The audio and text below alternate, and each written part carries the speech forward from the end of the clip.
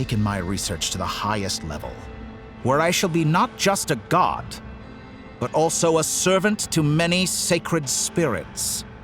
I shall heed the truth and perform holy deeds.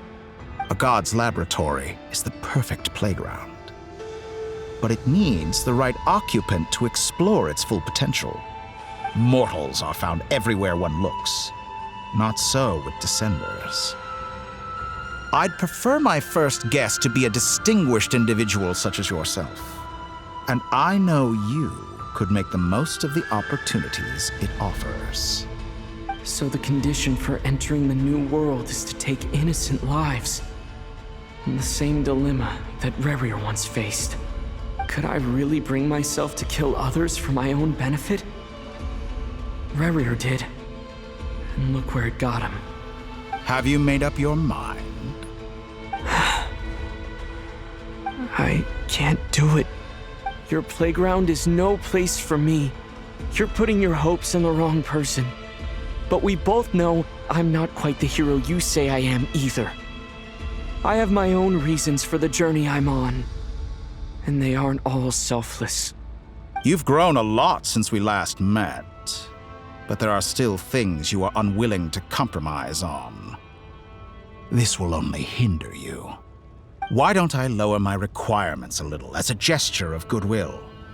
I'll give you a little time to learn to be a less noble soul. That'll make things much easier for you. I really doubt I could live that sort of life. And yet you already sound less defiant than a moment ago. The benefits appeal to you because you can read the signs of the times. Why don't we return to my research facility? Your last visit was so rushed. There is much that I have yet to show you.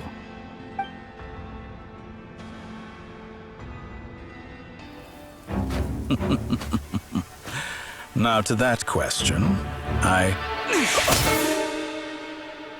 Heroes don't attack from behind.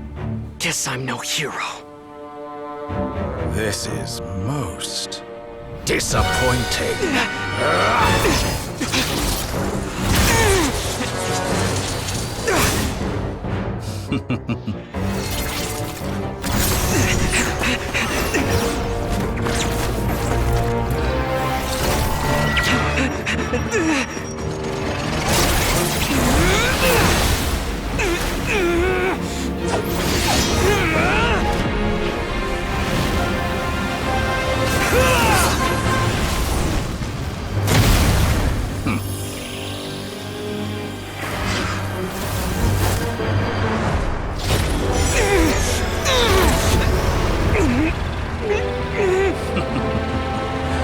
Now then.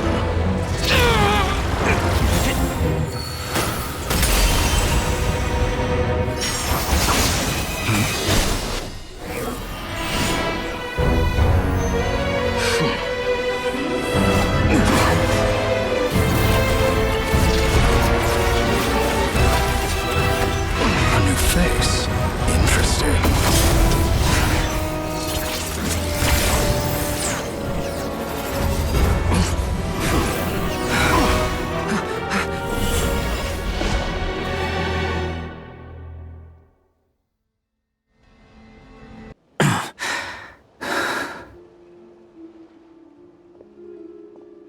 You're still gonna call me Hack Guy after that, huh? I didn't see anyone else in there who needed saving.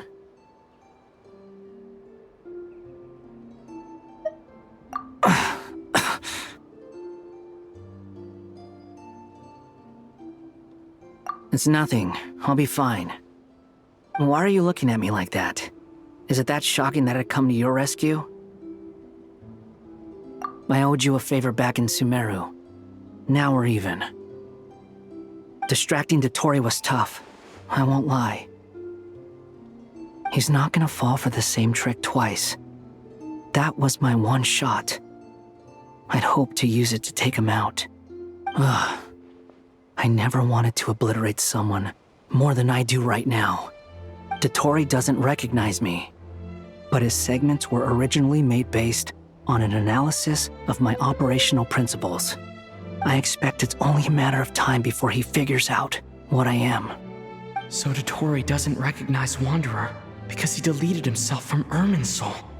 Did he really miss his only chance for revenge by saving me? Why the long face? Hey, I'm not blaming you, okay? And I'm not complaining either. Rescuing you and killing Dottore are equally important goals. Everyone would be pretty stuck without you. It's best you live to fight another day. How are you holding up? Are you all right? Hat Guy said to put safety first, so we agreed to run as far away as we could after leaving the energy field and only meet up once it was safe. You don't look injured. It seems that Dottore didn't do anything to you. All right. Rescue operation complete. Let's head back. There's a lot more work to be done before this is over.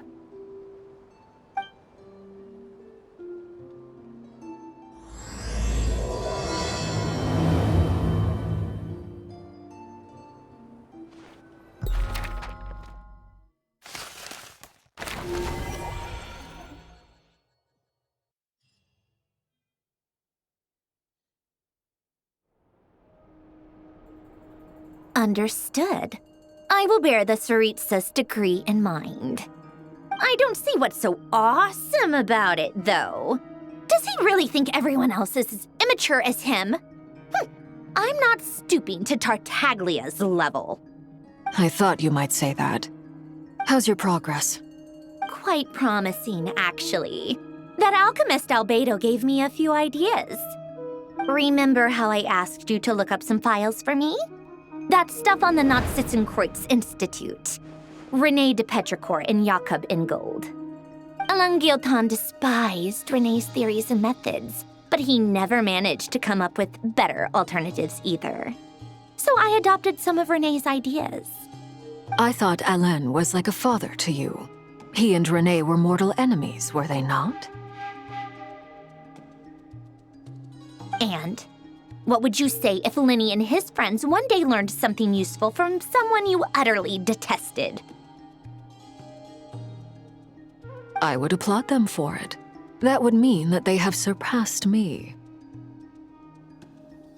For all we know, Alain Guillotin might have thought the same thing. Not that it matters, though. He's dead, and I'm alive. So it's my call to make. Once you die, it doesn't matter how great you were in life. Only the living get to decide what happens next. Hey, come on out. They're back. Huh?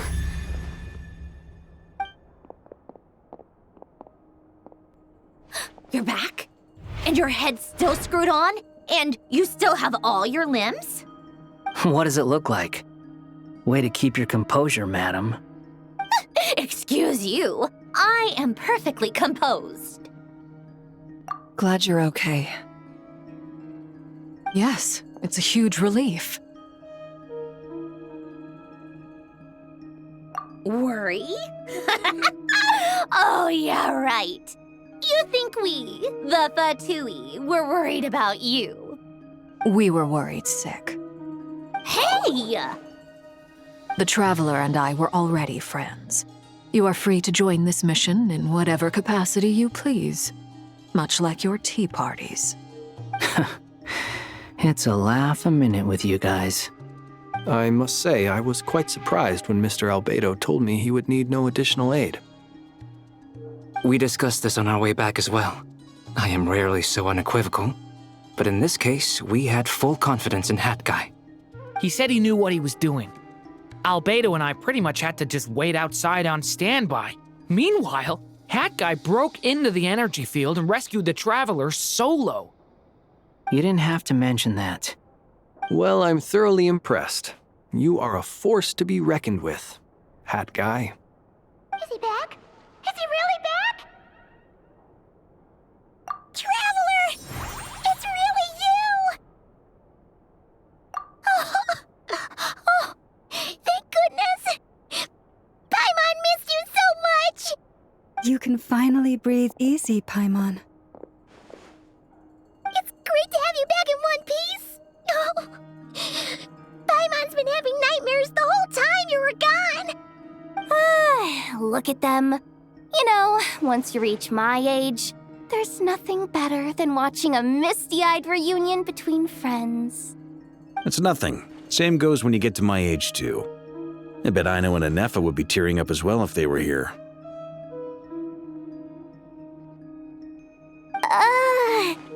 Varka, I'm not sure Anefa can cry. Oh, yeah, good point. Hey, your eyes are looking a little red and puffy. Come here, let's hug it out. What? Ew, no. No, thank you. You're not my dad, okay? Knock it off. Everyone, I'm sorry for all the trouble I caused you. But the silver lining is, I didn't come away from this ordeal empty-handed. While I was being held captive, I learned a lot about Dottoro's current capabilities, and what he plans to do with them. Allow me to explain.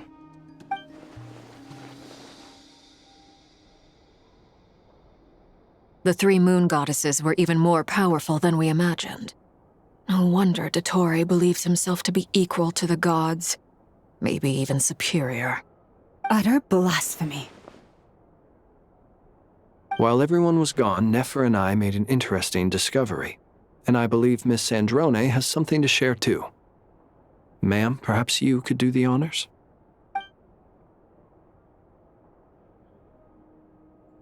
Called it. Getting rid of a pesky troublemaker like her is like trying to clean up after a crumbly cake. It always comes back to haunt you.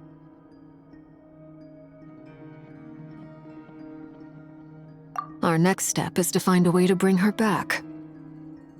A place where time flows backwards, with no destination in sight. Surely it must have been created for a specific purpose. But I fear the answers are buried deep into VIII's history, held by great powers beyond our reach. It sounds like she's on a specific path through time, just traveling in the opposite direction to us. The question is, where does that path lead? Or will it keep going to infinity?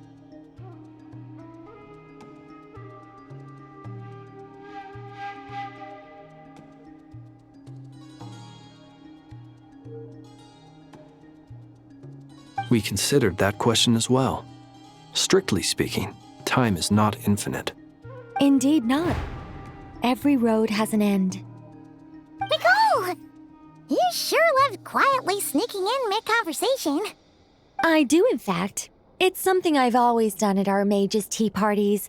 Quiet, mysterious, and persuasive. You wonder what lies at the end of her road. Well, just as the world has a beginning and an end, so too does time. And so, the end of the road is the moment that Tevat was born. But where Miss Columbina will end up along this road, that depends on where this particular river of reverse time began. What about the original moons and the moon goddesses? Do they have a beginning too? All things do. In the beginning, no moons adorned the sky. It was the Dragon King Nibelung who raised the three moons into the heavens, and thus were the moon goddesses born. They were shadows of the planet, born to wield Nibelung's authority and oversee the world on his behalf. They were extensions of his will, manifestations of his majesty. But then one day, they disappeared just as suddenly as they had once been brought into being. Nobody knew where they had gone.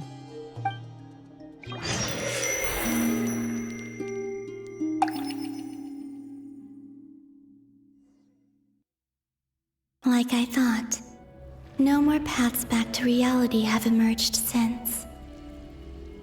But how can I be sure that I'm going the right way without scenes from reality to keep me on track? I can't even be sure of how long I've been walking for. The further I travel, the less stable this space becomes. There are even moments where I can sense something that feels like abyssal energy. They can just materialize out of thin air. I have to keep my wits about me.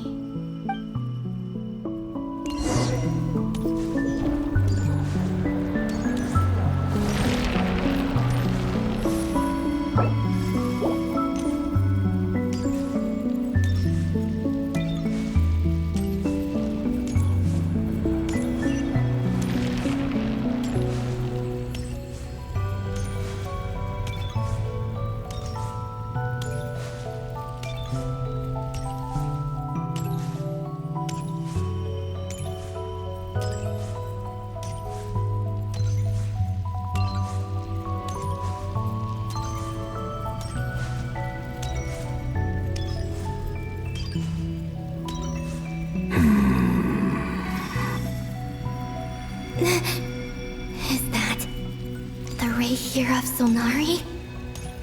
I can't believe...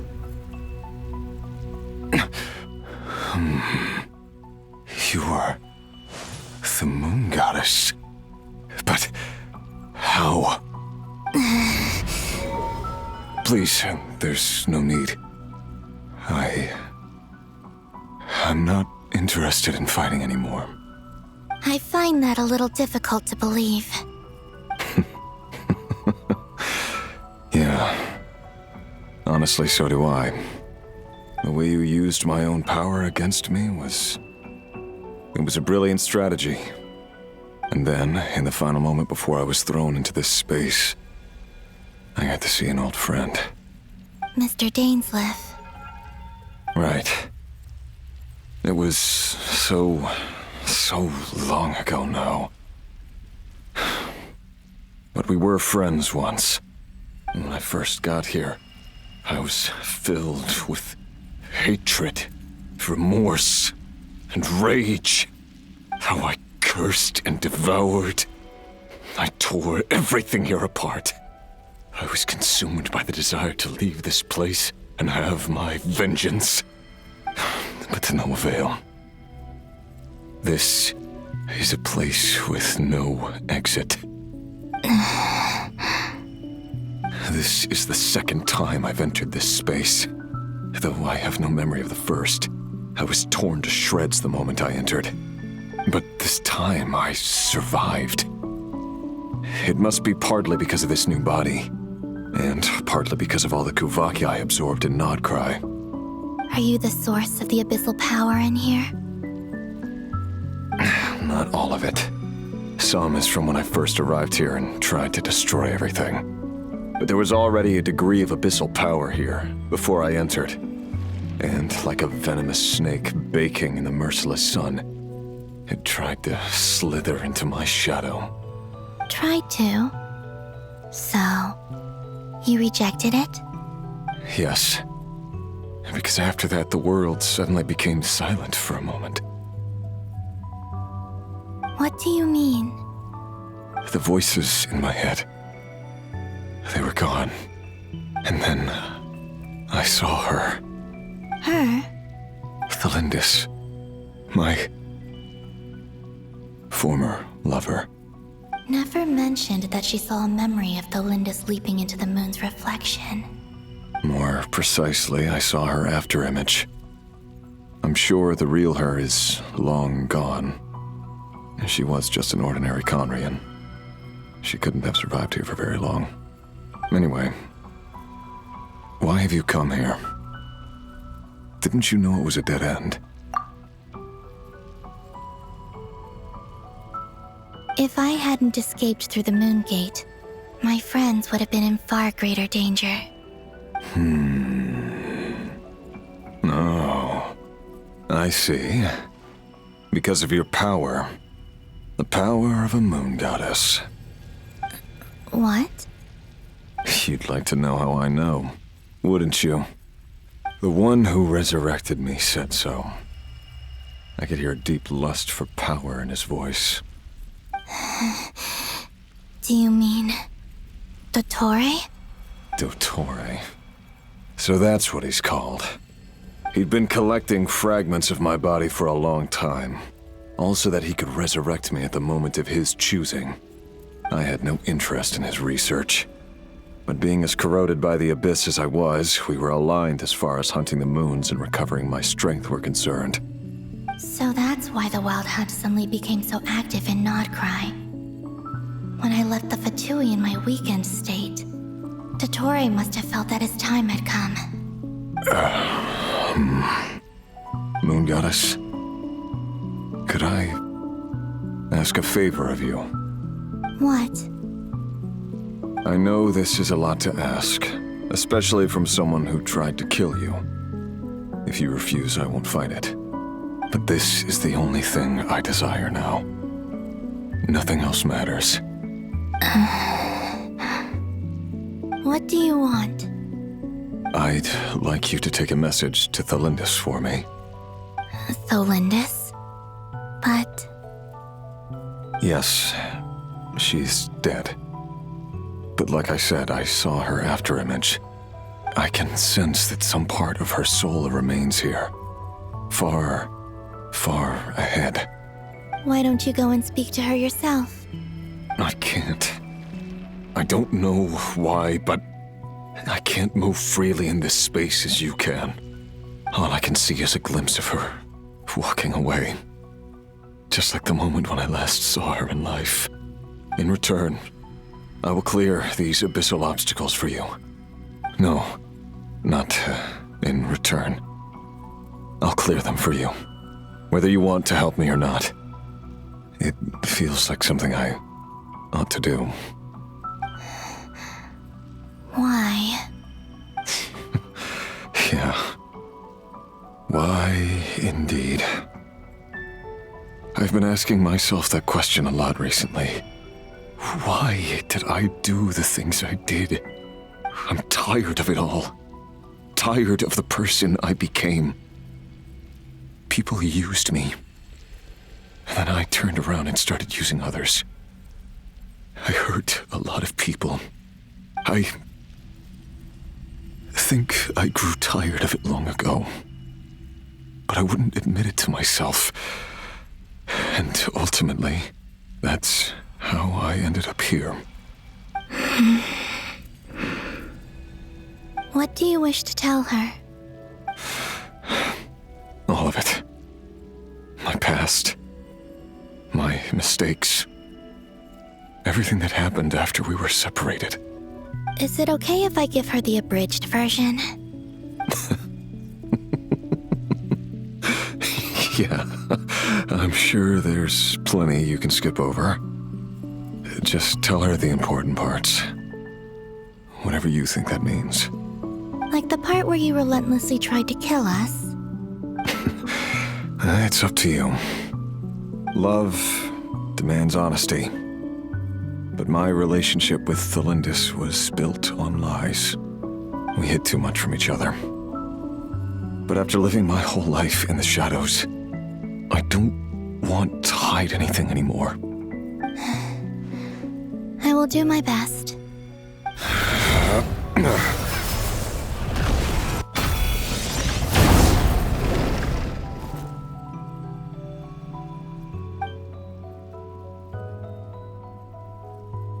There.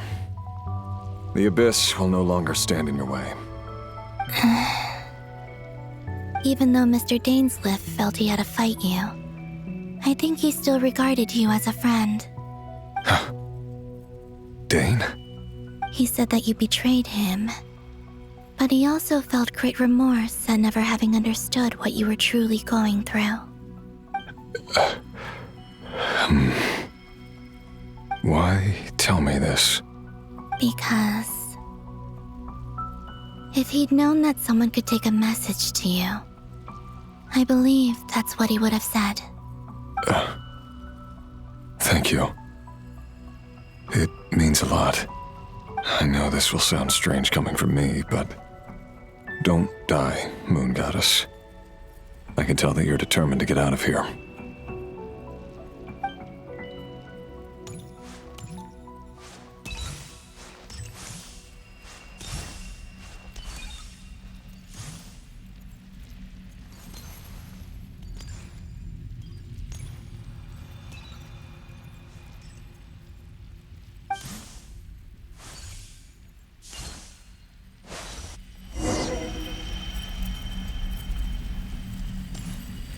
He kept his word.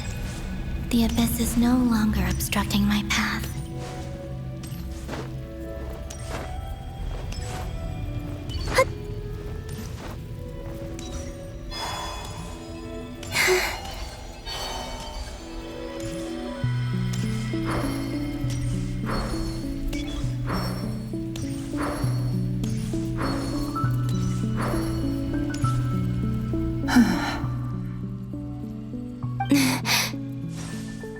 Is that the Lindis?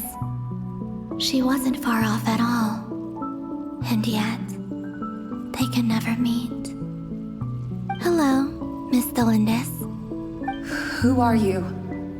How do you know my name? I've never seen anyone else here before.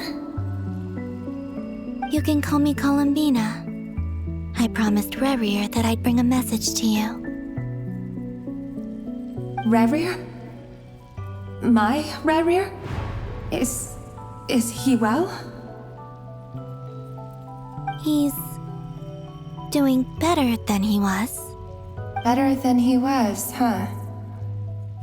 Sounds like he's had a pretty rough time. Others have had a rough time on his account too. In many cases, their time ran out because of him. And I'm not just talking about the children of the Crimson Moon. So, things got worse before they got better. Could you tell me what happened, Miss Columbina? Are you sure you wish to know? Yes. This is my opportunity to learn the truth. No matter how hard it is to hear, I have to know. I admire your courage. However, time is short.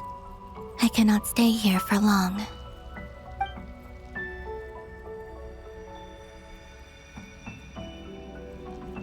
Rerir had seeds of hatred in his heart, and many people nursed them for their own ends. On some level, everything he did was to try and find a way to see you again. But in the end, he came to regret his mistakes.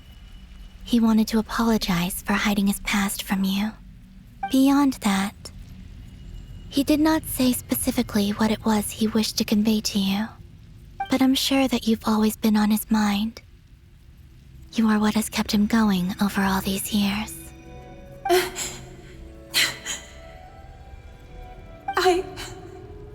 I'm sorry, Miss Columbina. This is so upsetting. I'm not sure how to put my feelings into words. It's all right. I understand. Well, that's everything from me. So, I guess I'll be... Wait. One moment. Time flows backwards here. The road ahead only leads further and further into the past. I know. I intend to reach the end of that road. Without a moon marrow, without the 3 moons' power, you won't make it far. Wait, unless... Are you one of the moon goddesses?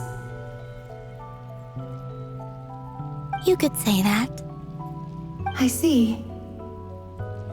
I often think to myself, if life is like a train ride, why haven't I reached the terminus? Where am I even going? And it's not just me, it's this whole place. Wherever it is, it seems like it's existed forever. It's such a mystery. Where is it going? I must seem so ridiculous. I can't answer these basic questions, and yet I jumped right in here without hesitating, only to be torn apart the moment I entered by powerful energy currents. Only my soul remains now. Thinking back, I was suddenly overcome with fear and terror in that moment. Perhaps I too became bewitched by the abyss. I may have been the leverage it needed to control Rerir. I used to be a researcher at the Universitas Magistrorum in Conria, researching the iridescent moon's marrow. Eventually, I came to the conclusion that time in here flows in reverse. Rerir was one of the Venster King's retainers. With me, he was in an impossible position. It plagued him constantly. I wanted to help him escape his lot in life. I wanted him to be happy, so I thought I'd use this place to return to the past. At the time, I thought I could just go back to the day that the Venster King first found the princess. It was only after meeting the princess that the Venster King started going too far with his research into the abyss. That was the day all of our woes began. I thought I could stop the king from ever meeting her and solve everything. I couldn't kill the Vinster King himself, so I had to find another way to save Rayrir. That's why I wanted to go back, to kill the person who had brought new possibilities to our realm. I'm sure it was a futile endeavor, but the Abyss probably enhances the basest human desires. So I naively hoped I could change everything. But I was simply too weak. Like a speck of dust against the whole universe. Look at me. I didn't even survive the journey here. Not physically, at least. I know I'm never getting out of here. But you're different. You can make it, and I want to help you. I owe you that much. How do you plan to help me? Have you noticed the golden energy that exists here? Based on my past research and my observations since coming here, I believe they carry you forward faster. I can share what I've learned and help you understand the pattern in which this energy appears.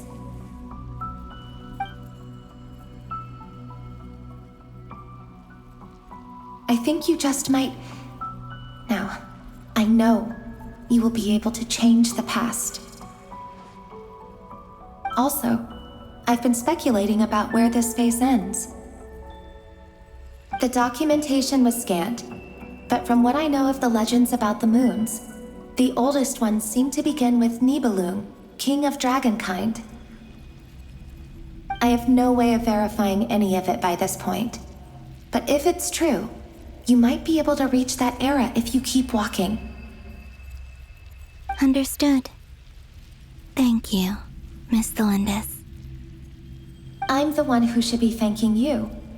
If you hadn't entered this realm of everlasting death, what use would my deductions be? Thanks to you, they have some meaning. About Rayrir, I'm so sorry. For everything. It wasn't your fault. That's not true. Because we both feared bringing trouble upon each other, neither of us ever told the truth. And that dishonesty sealed our fates. But enough about that. I wish you a safe journey, Miss Columbina.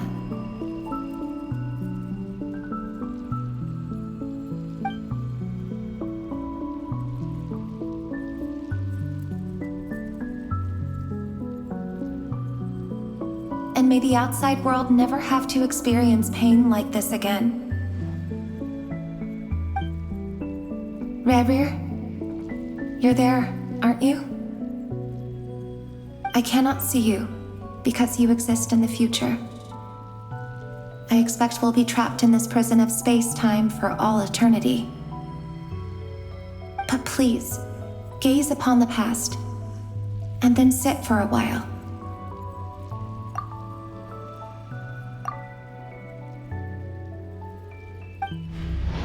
Let's find a place to sit down together, just like we did when we first met.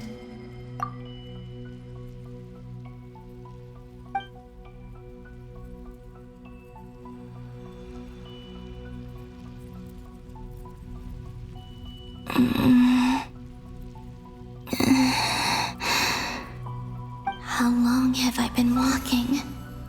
How much further till I reach the end? Is there even an end to be found? Everything's getting blurry.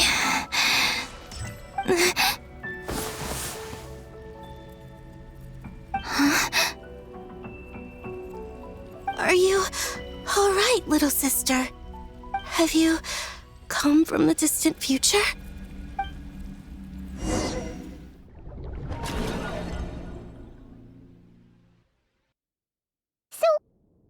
Exactly did the moons just disappear? Shouldn't it be a little harder to get rid of major creations like moons? The world is a vast and ancient place. On a certain scale, all life lasts for but a fleeting moment. Miss Nicole explained that the moon goddesses likely perished in the War of Funerary Flame. The moons themselves were also destroyed at that time, save for the frost moon, from which a new moon goddess was later born. Am I missing something then? 'Cause the stories say that the moon goddesses were born on the moon, but doesn't Columbina say she was born in Nodcry? Huh, you're right! Why do their birthplaces differ? What's the difference between the two generations of moon goddesses? Also, remember what Sandrone said? Her scans detected 4 moons. In other words, 4 moon marrows. Technically, the result of the scan means that 4 moon marrows were detected and positively identified as moons in that moment. In other words, this piece of information alone isn't enough for us to know how Miss Columbina is doing right now. Yep, we have no way of staying up to date on whether she's dead or alive. She's on her own for now. But at least she's trying her best to get back to us. Yeah. She's a tough cookie. And a sore loser, too. We have to trust that she'll find a way. Because we really need her power. As much as it pains me to say it, we've got no chance of beating Dottore in a straight-up fight. He's much too powerful. It wouldn't even be close. That maniac is going to devour everything in his path until he reaches us. We need to find someone or something that can stop him before he does anything worse. I'll be frank. Our only hope of defeating this false god is with a real moon goddess on our side. I'm not just saying this because Columbina's a friend and I want her back safe and sound. It's just the truth. And I know that even she was no match for him when he attacked, but I don't have a better solution. We're not giving up on saving her, whether she can defeat Dottore or not. Right. Don't worry, Miss Sandrone. We're all aligned on saving Columbina. No one's trying to argue that we can only justify saving our friend because it will help save the world. This is about multitasking. We want to save both. So, she's more than just a moon goddess to you guys? Absolutely. Duh! She's part of the gang! And you are too, you know. Yes, I know. You don't need to labor the point. I knew that the moment I came running over with my documents that I was part of the in-group. I mean, if Arlecchino can fit in, I certainly can. Anyway, as for how we get Columbina back, I've been working on it constantly. But I think I'm still lacking certain information about the moon. I'd probably get there if I could continue my calculations, but the problem is, I've run out of computing power. Computing power? You mean you need more energy? No, the issue isn't energy, it's processing power. There's so much data to get through that the whole process has just ground to a halt. That's a tricky problem. René de Petrichor of the Nazissenkreuz Ordo once foretold the fate of the world. But I don't know how he did it. My guess is that he used the primordial sea's power. However, that won't work for me. His methodology was vastly different from my own. What's worse, they're incompatible. And to top it all off, we can't even leave Nodcry. Ugh, this is so annoying. If I'd known we'd run into a bottleneck like this. Well, no, the design bureau's a bust as well. Curse that Dottore! Couldn't have made this harder for me if he tried. What do we do then? How about we grab a bite to eat and take a break? Maybe something will come to mind after you've cleared your head. You don't get it, do you? I'm trying to calculate the fate of an entire world here. And I need accurate results, not big prophecies. Where the heck am I gonna find the computing power for that? Ahem. Anyway, time to shelve the discussion on technical difficulties. Being a killjoy isn't very ladylike, after all. Either way, we've done what we can. Rest well, everyone. Remember to let us know if anything new comes up. Hat guy? Is he hinting that we should talk outside? Let's go somewhere a little more private.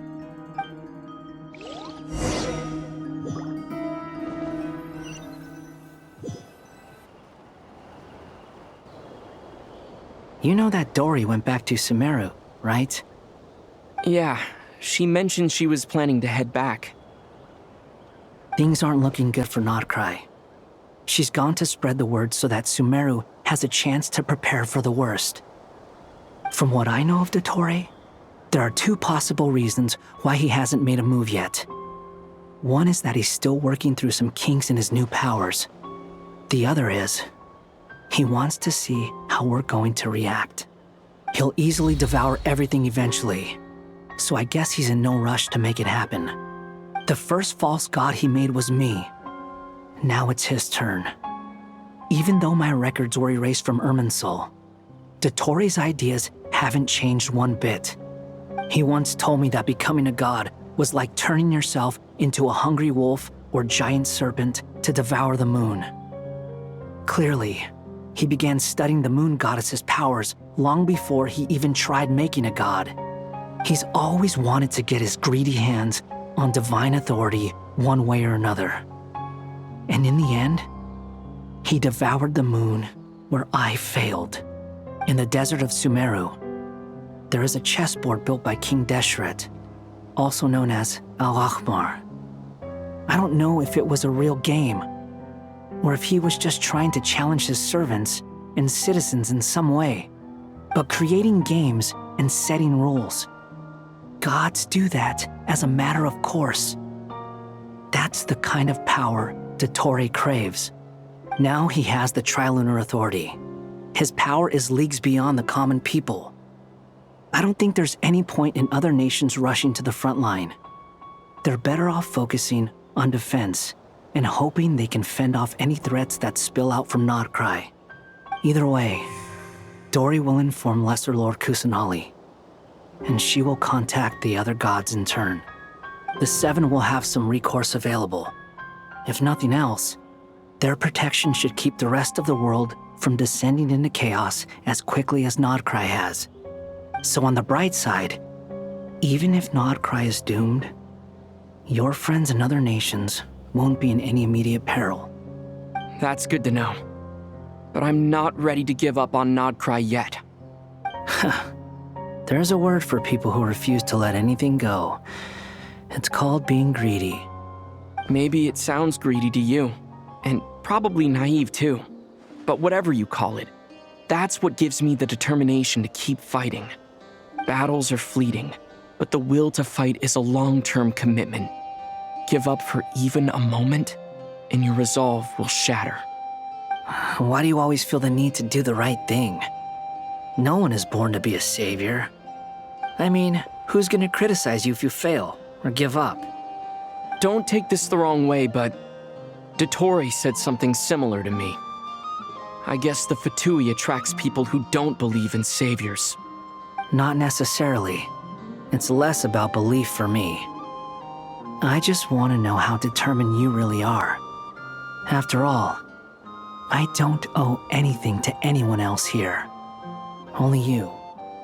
You look kinda worried. If your arch-nemesis was about to achieve their ultimate goal, I think you might feel a little worried too. That's true. Dottore is about to become an omniscient, omnipotent deity. That's gotta be a bitter pill to swallow. Still, you're calmer than I expected. Obviously. I have to admit that my past self was a reckless fool who misunderstood not only the point of revenge, but how to achieve it. And as much as I want my vengeance, I know I'm not gonna get it by acting alone. If the world's taught me anything, it's to think before I act. Too bad it never taught me any other virtues, though. So, I am going to destroy Dottore, no matter what it takes. So, what's your plan? I'll get to that. First, tell me, what do you think of Sandrone? Just like Paimon said, she's a friend, part of the gang. How much do you trust her? This is a serious question. Think carefully before you answer. Although she's with the Fatui, she has her own values, and she's helped us a lot. If nothing else, she's clearly going the extra mile for Columbina. I see no reason not to trust her. If you say so. In that case, the three of us need to talk. I have some thoughts about her computing problem. It can be solved, but it will come with a cost. How much? If I can afford it, I'll cover it. Sometimes your heroism really backs me into a corner. You know that? Come on, let's go talk to her.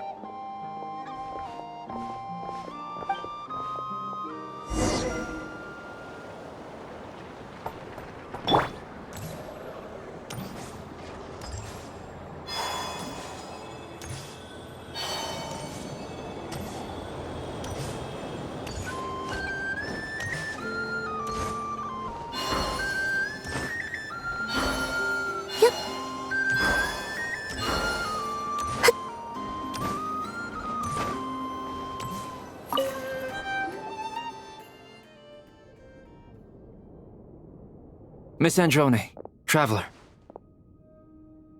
Hey there. Paimon's here too! She was just helping them sort through their things. How did your chat go? That was fast. The call only just ended. Well, you said it was urgent, so we got here as quickly as we could.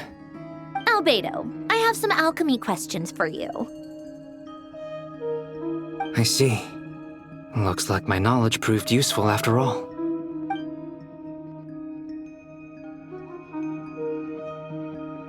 If I might ask, what is the end goal for the modified formula you'll be using?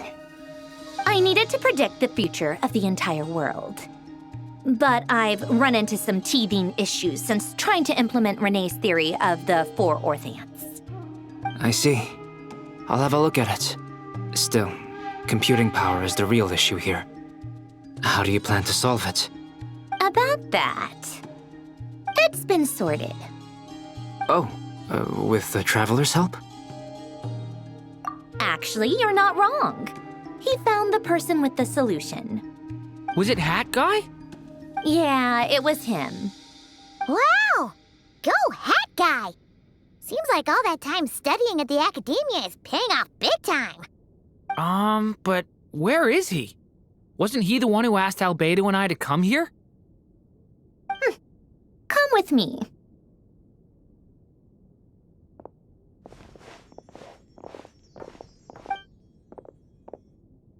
Hat Guy? What's happened to him? Hat Guy, can you hear us? No response. I guess he's in hibernation. Hat Guy mentioned that he was a puppet. It seems that his functions are currently shut down. I presume this has something to do with the solution to your computing problem. That's right. He and the Traveler came to see me. Wait, what? You have a solution? Would you calm down? Why do you always react so hysterically to everything? Excuse me? How would you know? You shouldn't be so quick to judge complete strangers. It's very bad manners. Oh, please. It doesn't take that long to figure out that you have a temper. Where does a mere student get that kind of confidence? I've actually published more papers than you. Not that status counts for much. Even Paimon's applied for academia admission.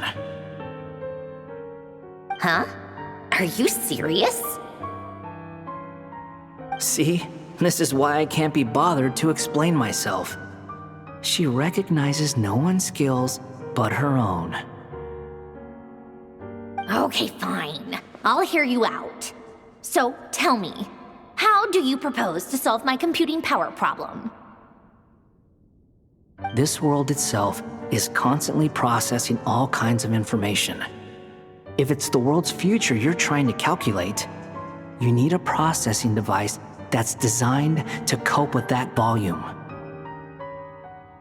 Easier said than done. Only Irminsul can handle that kind of... Wait, is that what you're suggesting? But surely we can't just plug my formula directly into the ley lines.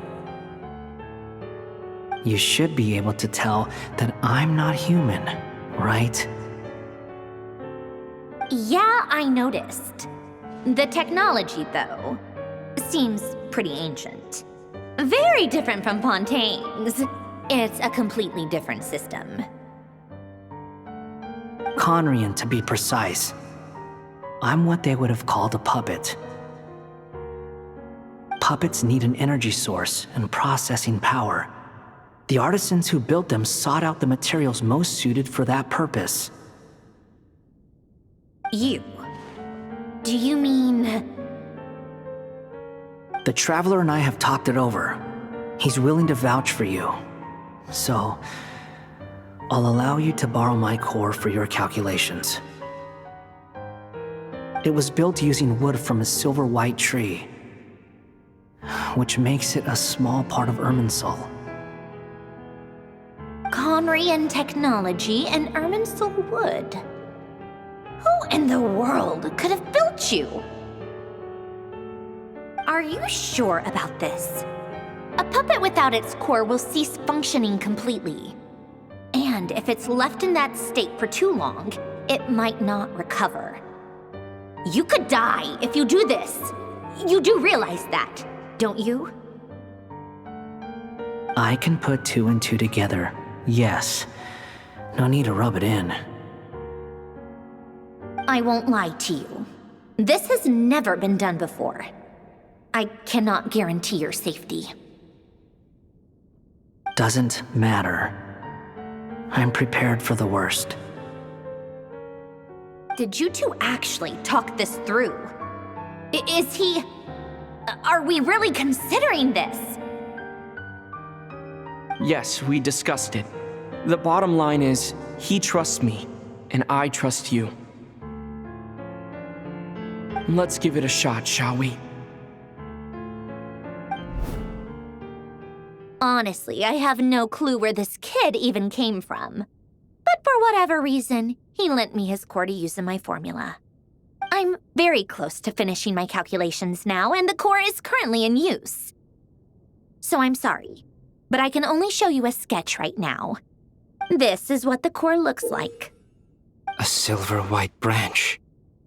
It certainly matches the legends told about Irminsul. Is Hat Guy gonna be okay? He's not gonna die, right? Right? In theory, he should be fine. As long as we put his core back in time. Beyond that, all I can say is that I'll try my best to avoid risk and make sure the core doesn't sustain any damage. I think I know why you called us here now. Someone needs to watch over his body and make sure it's protected until the process completes. Correct. He said that the only ones he trusts here are you two, and the Traveler. And the Traveler will have other work to do. He will have our undivided attention. Aw, Hat Guy. On a more positive note, things are progressing steadily on my end. I'll call everyone in for a meeting once the results are out.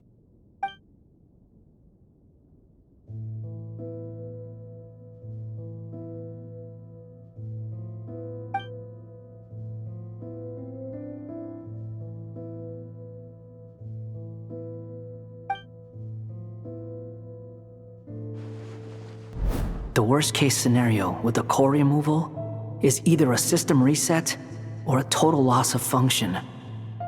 But I'm not afraid. A quiet death should have been my fate long ago. A core is completely different from a heart. It's like another vital organ entirely. I never believed it could be a true replacement for what I sought. But in the end, it turns out the core was more useful to me.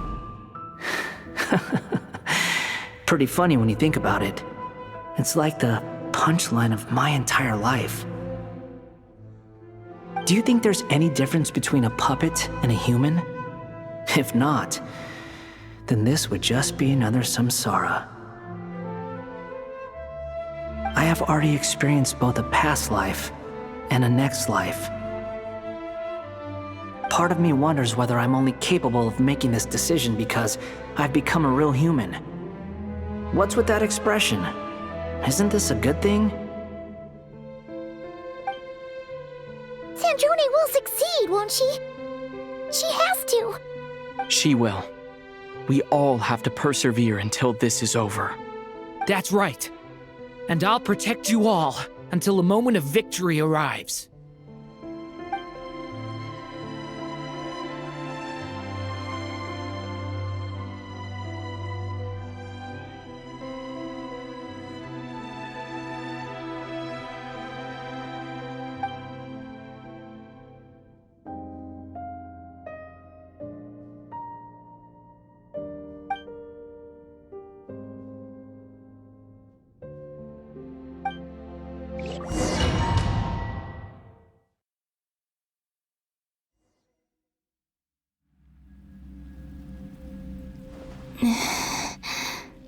Who are you?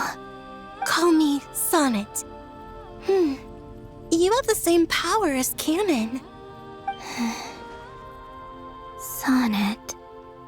So, you're the goddess of the iridescent moon? Oh, goodness. You recognize me? Well then, what's your name? Columbina. Columbina Hyposelenia. Hyposelenia. What a lovely name. Did you choose it yourself? It was a joint effort between me and my friends. Friends? You mean your friends in the heavens? Huh? Oh, sorry. You must be exhausted. I apologize. Hang in there. Let me introduce you to my older sisters. Do you mean the other two moon goddesses? Arya and Canon? Wow, you sure know a lot. Hey, does that mean that our story goes on into the future? Oh, I guess that wasn't the best question to ask. It's all right.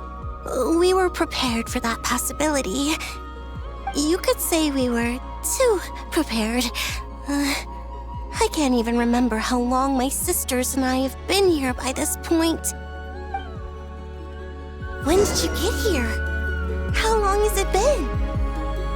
I can't say for sure, but it feels like it's been forever. I see. Are you feeling all right? You look a little unwell. I can hold out a while longer. We don't have far to go.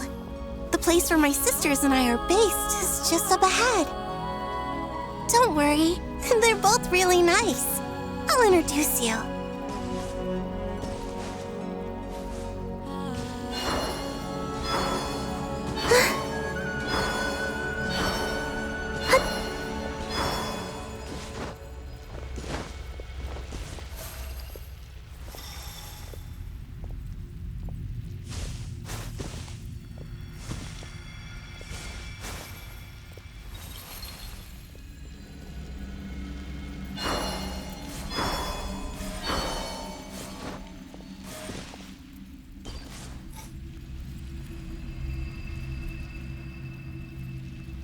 Sisters! I'm back! And look who I've brought with me!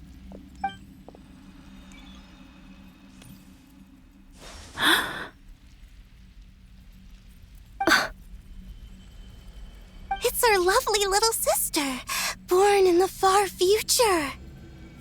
The pleasure is all mine.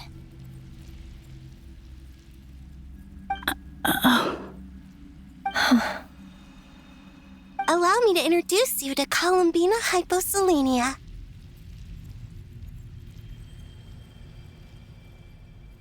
This is Arya, the goddess of the eternal moon.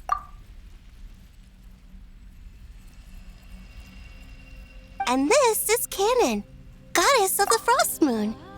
Canon, don't you think Hyposelenia's power is similar to yours? Hello, Columbina. I apologize for our startled reaction just now. And please, forgive our little sister if she's been annoying you. She tends to talk a lot. It's fine. You seem shy. Don't worry, Columbina Hyposelenia. No one can hurt you here. Could you tell me where here is? Please. I must know.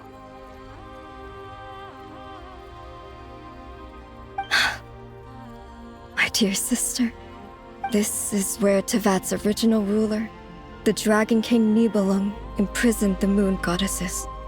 What? You're scaring her, Canon. No, I'm fine. Please, continue. Nibelung, our original master, created us in the distant past to maintain Tevat. But he left this world and traveled into the dark universe beyond, to explore worlds vaster still. Day and night, we fulfilled our duty in the heavens, until the day that the first descender arrived. The great ruler of the firmament. The heavenly principles. Is that what later generations call them? I see. But we did not reject them at first, nor did they seem to harbor ill intent towards this world. We coexisted in peace. They were like a guest in our home. Slowly, however, we came to realize that our guest had a growing desire to change and dominate the world. And you didn't stop it? No. There was an order to the rules they set up that Nibelung never taught us. We wanted to know if this order would bode good or ill for Tevat.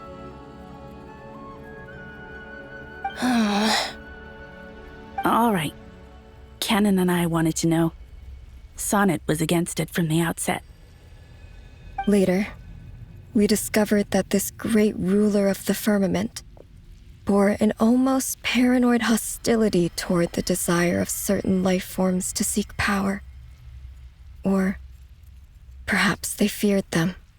They would even cast down celestial nails as manifestations of their power, to punish the civilizations of the world below. Only this was far beyond mere punishment. Right. Their rules brought order, but the price people paid for merely testing the limits of those rules was far too great. I did everything in my power to help the punished escape catastrophe, but still, too many lives were lost. The ancestors of the Frost Moon Scions were some of the ones you helped.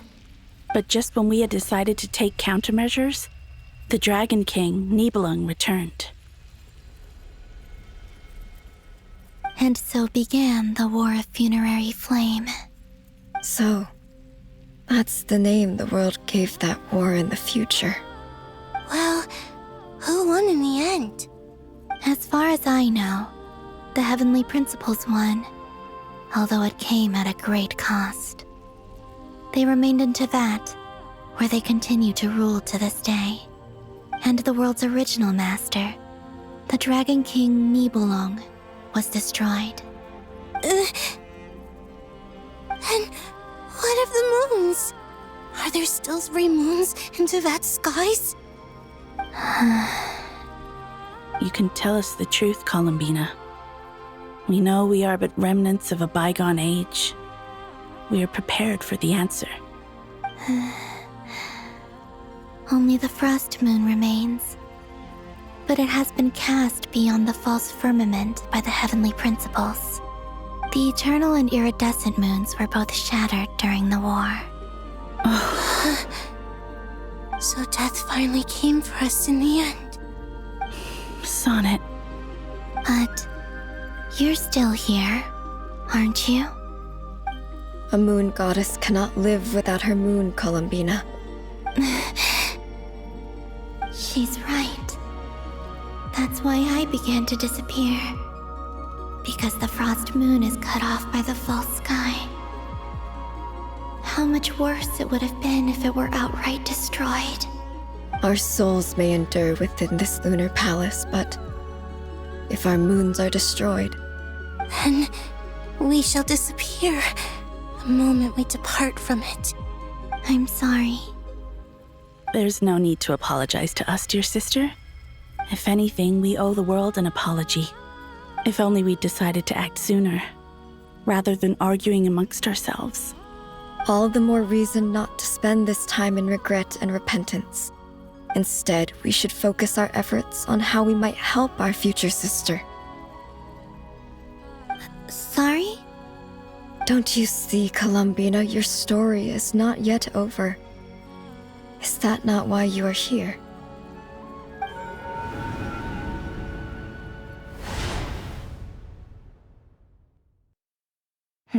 It's done. Initiate numerological array. Continue running primary process. Calculate the world's fate through extrapolation, and identify nodes of potential change. Secondary process, scan for moons. Still 4. The number of moon marrows hasn't changed. Wait, let me think. Is it possible that there's something I've been misunderstanding about the moons all along? Variables. Variables in the world. I know where potential variables within the world come from. So what about the moons? Are there any variables there? Like their life or death, for instance. What if being alive or dead makes no difference to a moon? But that's so strange. Even immortal gods can die. Why would the moons alone be? Wait! I've got it! If alive or dead is considered a variable, we might have had this wrong the whole time. No one ever said that a moon marrow equals a living moon. We just made that assumption ourselves. Initiate secondary process. Scan again. This time filtering out interfering perimeter, moon marrow. I don't care if they're natural or artificial. Get them out of my search results! Why? It says 3 moons still exist in Tibet, even after excluding the moon marrows. But we know for a fact that 2 of them are dead. Redo the scan. Narrow the results to living moons and real moons. No, scrap that. Narrow it down to moons that have lunar authority and remain alive. Why? Why is it still 3? What is this, Columbina? Has the world lied to us? Or are you the one pulling the wool over our eyes?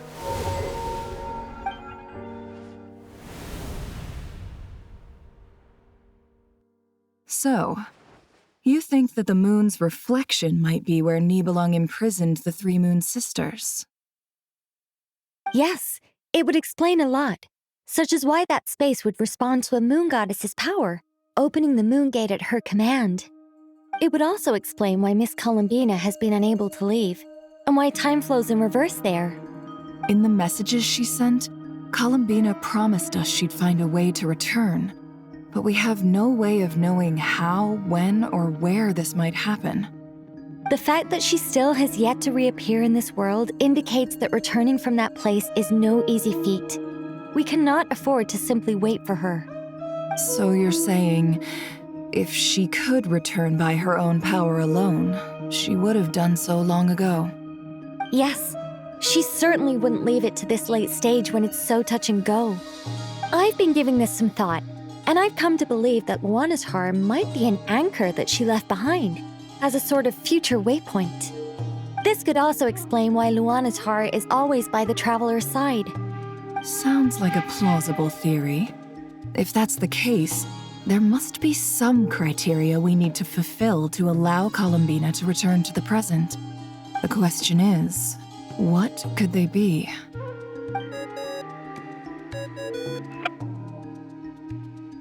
Hello?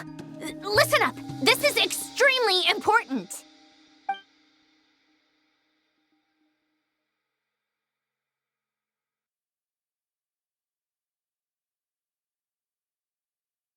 Not only is Columbina alive, but she may well exist in a form unimaginable to us. I'm still unclear on the details, but she's done something truly inconceivable in the past. And the clue to what she's done lies in the moon and Tevat's sky. Truly amazing. Oh, I'm so delighted for her. I'm sure we all feel the same. And I'm sure Columbina is ready to get back here and fight by our side. I'll keep my calculations going and try to find some way of coordinating with her. But that's not an excuse for everyone else to slack off, okay? All of you had better keep trying to think of solutions. How can the dead moon still live? And Luanatar...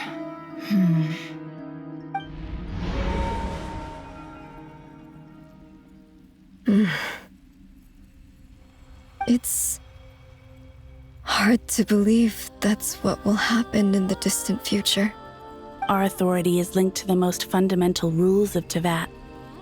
I suppose it's no wonder that many would covet that power.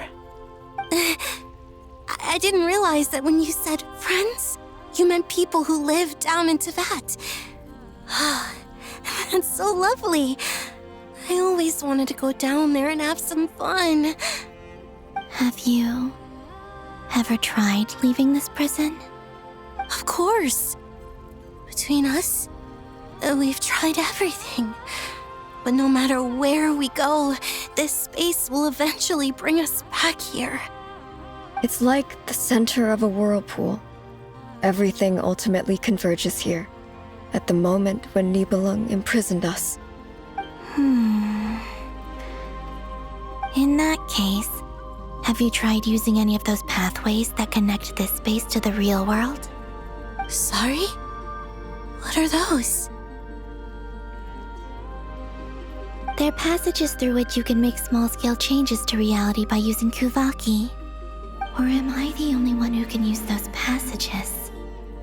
Because part of my soul remains in reality. Kuvaki. What is that? You don't know? It's a unique kind of elemental energy found only in Nodcry, the land from which the moons arose. Oh. Well, it's true that the moons first rose up from the part of Tevat you say is called Nodcry.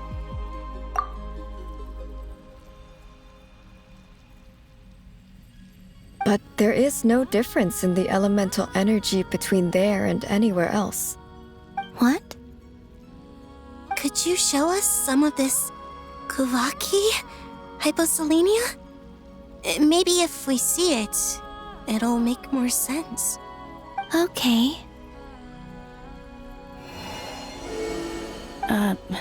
Isn't that just your power? What?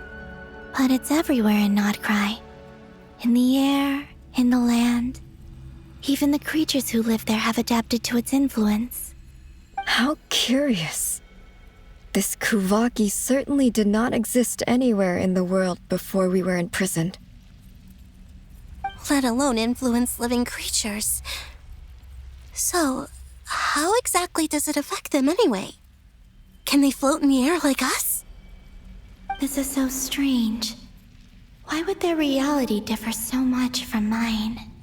Columbina, you're looking for more than just a way out of here, aren't you? Yes. If I am to help my friends, I will need tri-lunar authority on par with that of our foe. You mean... you'll need our power? This sounds extremely risky. The three moons' powers are not mutually compatible. Concentrating them into one goddess will be a very painful process. And if anything goes wrong, it could tear you to pieces. I know. But I'm willing to take that risk. Even so, let's say we successfully transfer our authority to you. How will you take it outside this prison? Nibelung constructed this realm specifically to prevent us from using our powers to interfere in his war. No moon goddess can leave this place alive. What if I don't leave alive?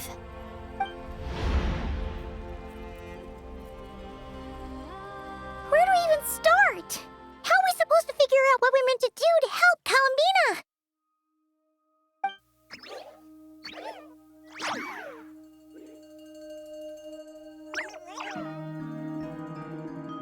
Columbina? What do you need from us? If she really got to the beginning of time in there, how do you think she'd leave us a message?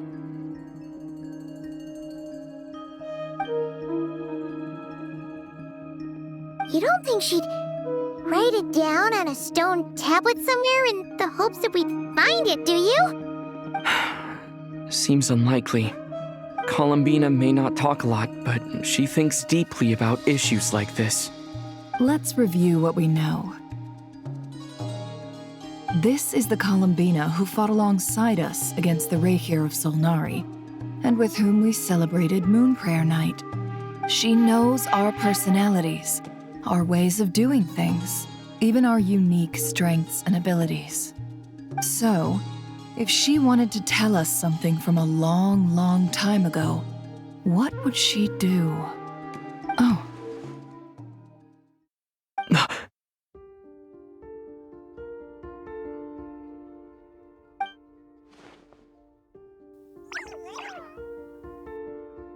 Traveler, you once said that those golden ripples also appeared when Luanatar was born. What if Columbina left Luanatar here, not just as an anchor to the real world, but for some other purpose? If she is part of Columbina, and Columbina knows that I can see past events through her. Oh yeah! Like when you peeked into Rarir's past through his heart! Nefer, wait! If you're right about this, and you can really see past events through Luanatar, your eyes, they'll... Oh, I know. Looking at Rarir's past in Conria was already enough of a strain on my eyes. Looking this far back into the past, it'll surely blind me. But it's our only chance. This is the only way. Boss. We spoke about this once, a long time ago. Do you remember what I said, Yehoda? The day I lose my sight, the Curatorium of Secrets will be yours to run. But... What's wrong? I'd be overjoyed if I were you. This day's come a lot earlier than either of us expected.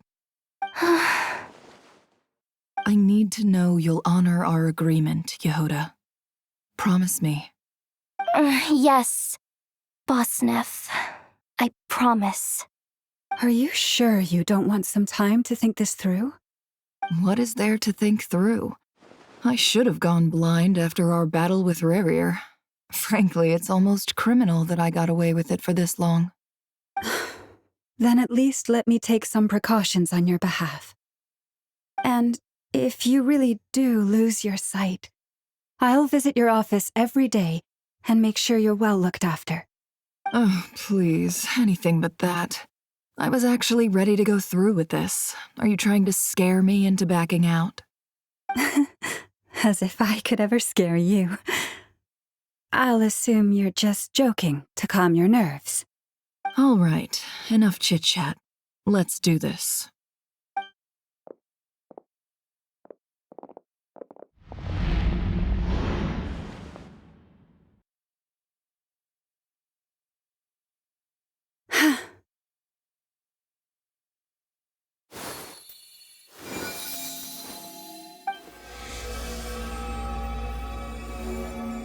All done.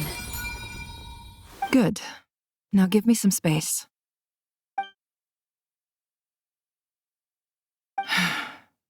Come on then, little one. Show me what happened in the past.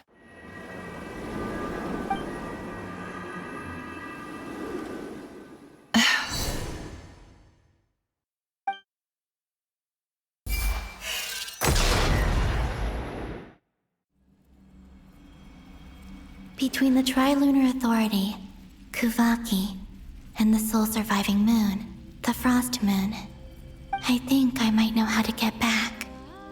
But I will need my sister's help. Time to go talk it over with them.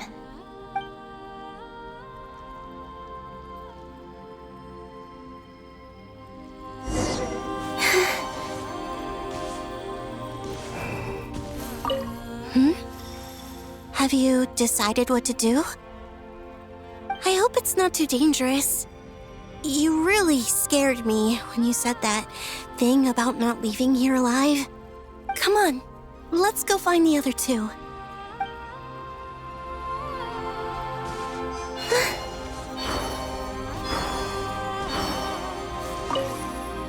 It seems you have reached a decision. I'm all ears. What do you propose?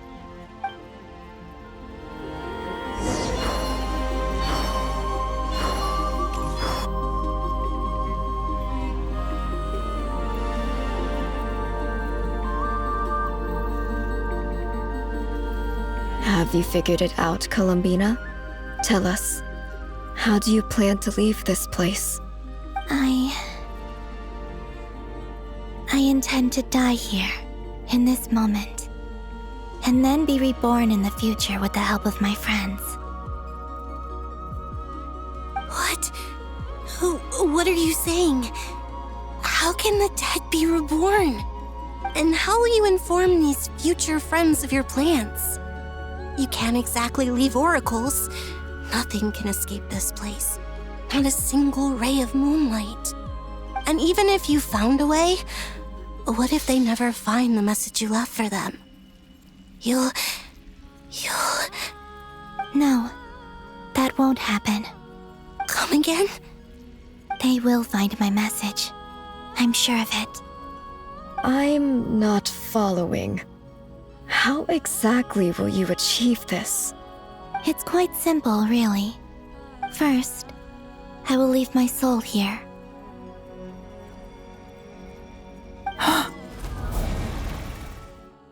I see it. Your soul? You mean your divinity? Yes. I once left a portion of my soul in the future. One so small that this prison barely noticed anything. In this very moment, she can resonate with my soul across time.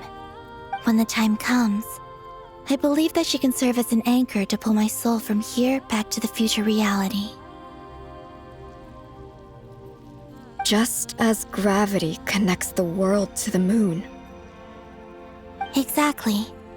In the future, where I came from, the moon has been cast beyond the false sky, but I can still feel that it is there.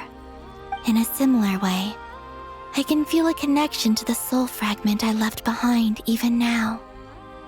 My friends can use it to detect my presence. But how do you just leave your soul here? Is that even possible? On my way here, I met an ordinary mortal who entered this place long before I did. Her body is long gone, but her soul remains. And before that, I encountered an old enemy whose entire soul survives here intact, while the power that once corrupted his body has faded away. So, perhaps this space is specifically designed to imprison divinity and authority, but not the physical body. Still, even if your body can escape, would it not just be a lifeless husk without the soul inside? Wait, is that what you meant when you said you wouldn't leave alive? Yes. I shall turn my body into moonlight and pour it over Nodcry. That power shall protect the land and quietly blend into it, awaiting my soul's return in the future. However, I cannot do this on my strength alone. I would need your help to do this, so I'm humbly asking for your assistance. Oh, dear sister, you need not be so formal. As I said before, we are but remnants of a bygone age. You, on the other hand, were born alone in that distant future, and you have walked a long and lonesome road since then.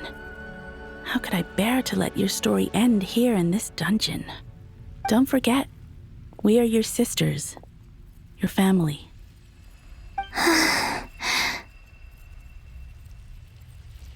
Arya's right. Actually, I've always wanted a little sister. Can you imagine how it's been for me? Getting nagged by 2 older sisters all the time? Now, I finally get to be the big sis.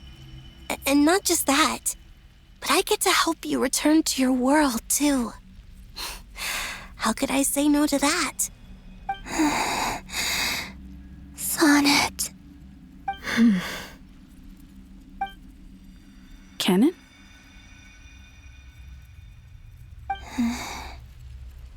I'm sorry. I know this is a bold request. The Frost Moon is rightfully yours, and it remains intact.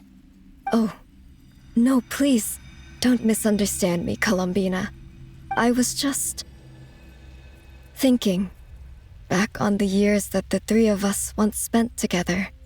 You cannot imagine how happy I am to hear of the future world you describe.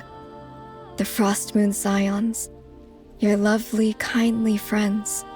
For the 3 of us, whose purpose in life was to maintain the peace in Teyvat, it is a great relief to know that the people of this world live in such an abundant future.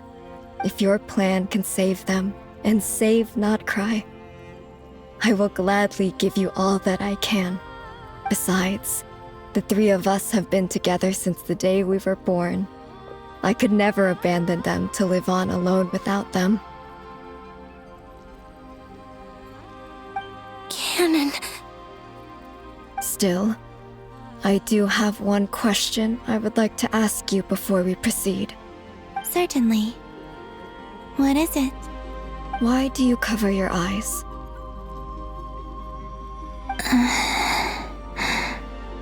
Yeah, I was curious about that too.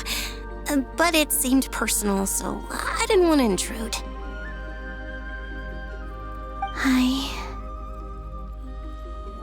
There was a time when I refused to look upon the world. I believed it was full of nothing but lies and falsehoods.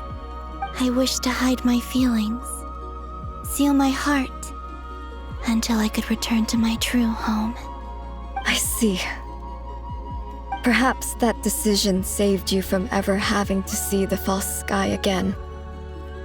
But at the same time, you likely missed out on many true and precious things, like the smiles on your friends' faces. Promise me this, Columbina. When you return to the future, open your eyes, take a look at the world around you, and see your friends. I'm sure that you know this already, given that you long to return, but that is your true home. Give me your hand, Columbina. Arya, Sonnet, you too. Okay. All right.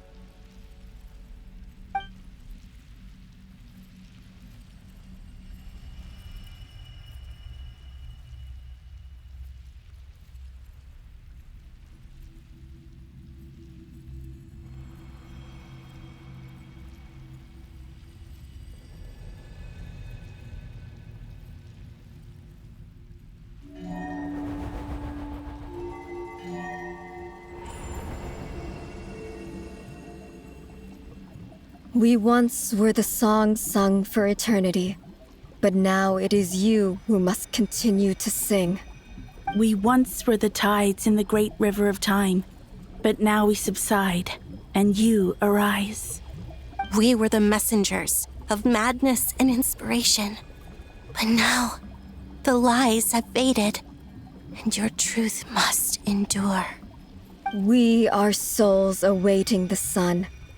You must return to be with those who smile when they see your face.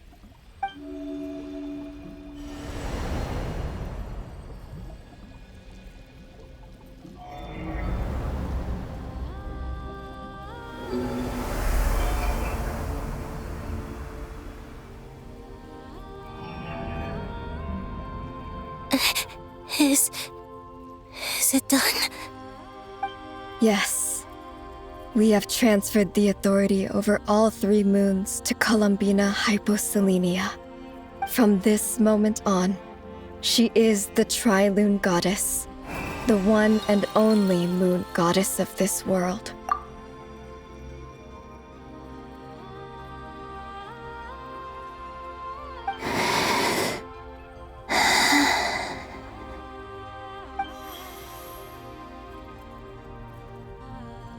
Thank you. Thank you, my sisters. Now go, and do what you believe is right, Columbina Hyposelenia. Be aware that we cannot grant you the power of the 3 moons beyond these prison walls. The conflict that arose over their remains following our disappearance will still take place. I understand. Sisters, oh, my body. It feels... Now that we have given up our power and authority, our bodies are merely mortal shells. This prison is dissolving them as we speak. It's okay, Sonnet. The end must come for every god, just as it does for every human. That's all this is. The final destination of our lives. Canon and I will be by your side the whole way. We have one final request, Columbina. Could you use the 3 moons' power to send us back into the real world? Now that we have lost our powers, I doubt this space will seek to hold us further. It's just... we would like to spend our final moments together in the only place we ever called home. Of course. Gladly.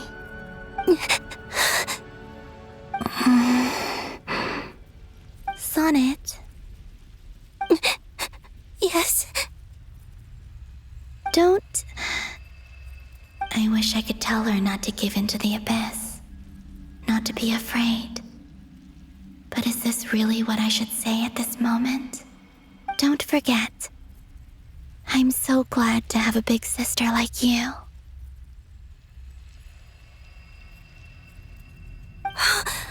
No, Hypo... Thank you. I'm okay. I'm not afraid. As long as my sisters are with me, I won't be afraid.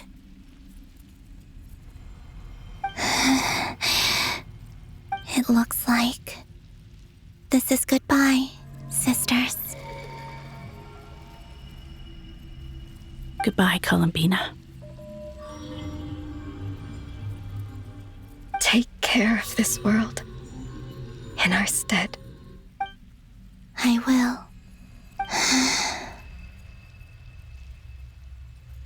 And now, it's time for me to bid farewell to my body, too. May it become the moonlight that keeps Nodcry company through the long years ahead. So this is why Nodcry was not always home to Kuvaki. It only appeared after I poured my body out upon this land, and only this land. Kuvaki responds to me because it is me, my body, answering the call of my soul. And the golden energy I've encountered on my way here was, in fact, that very soul, which I am about to leave here to guide me. O power Tri-Lune, eternal moonlight. I, Columbina Hyposelenia, lay aside my body. Let it be cast into the dark night to illuminate the future. May it be a companion to all who dwell beneath the moon.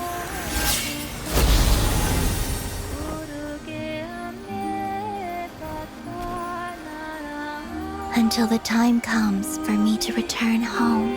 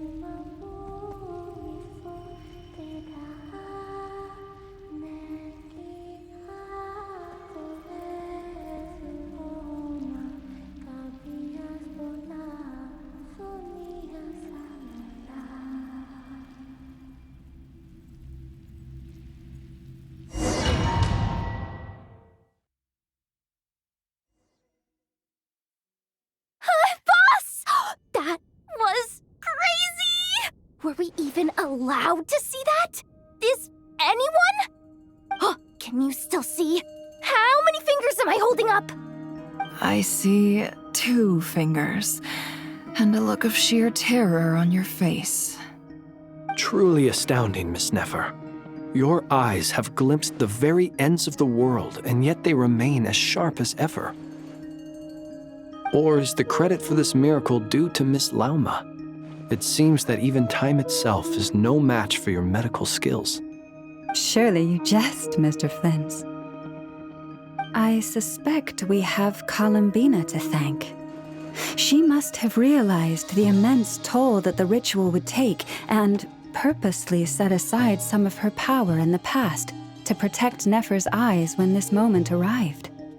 There is always a great price to pay for witnessing the truth, but it seems that this time, Columbina has shouldered that burden on our behalf. She chose the perfect method of getting a message to us. Though her eyes were always shut, she was clearly so perceptive. She knows us well. She knew exactly how we would think and what we would try. Despite being separated by time and space, we're seeing the same possibilities and seizing the same opportunities. We still don't even know if she's okay right now. But as long as there's a chance we can do something, we'll fight to make it happen. We'll get you back somehow, Columbina.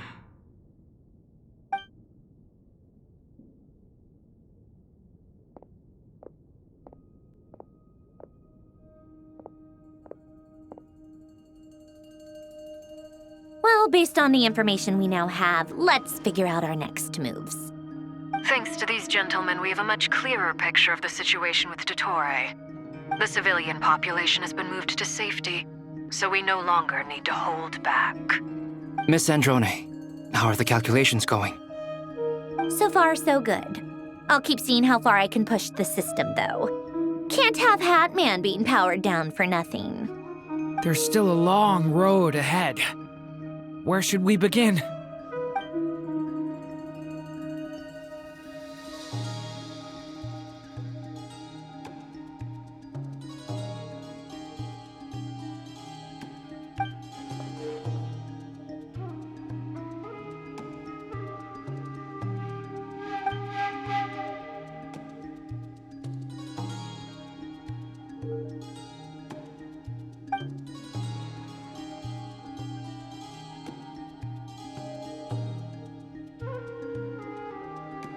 Our plan is clear.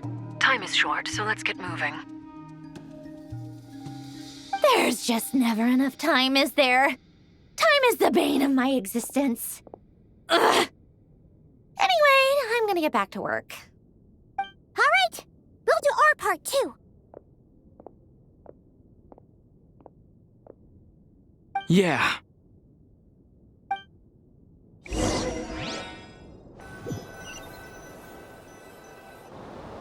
Albedo's theory says that elemental energy can dilute the light realm's power, but I'm no expert in building elemental defenses. Sounds like something out of the advanced elemental theory section of the library. Whew.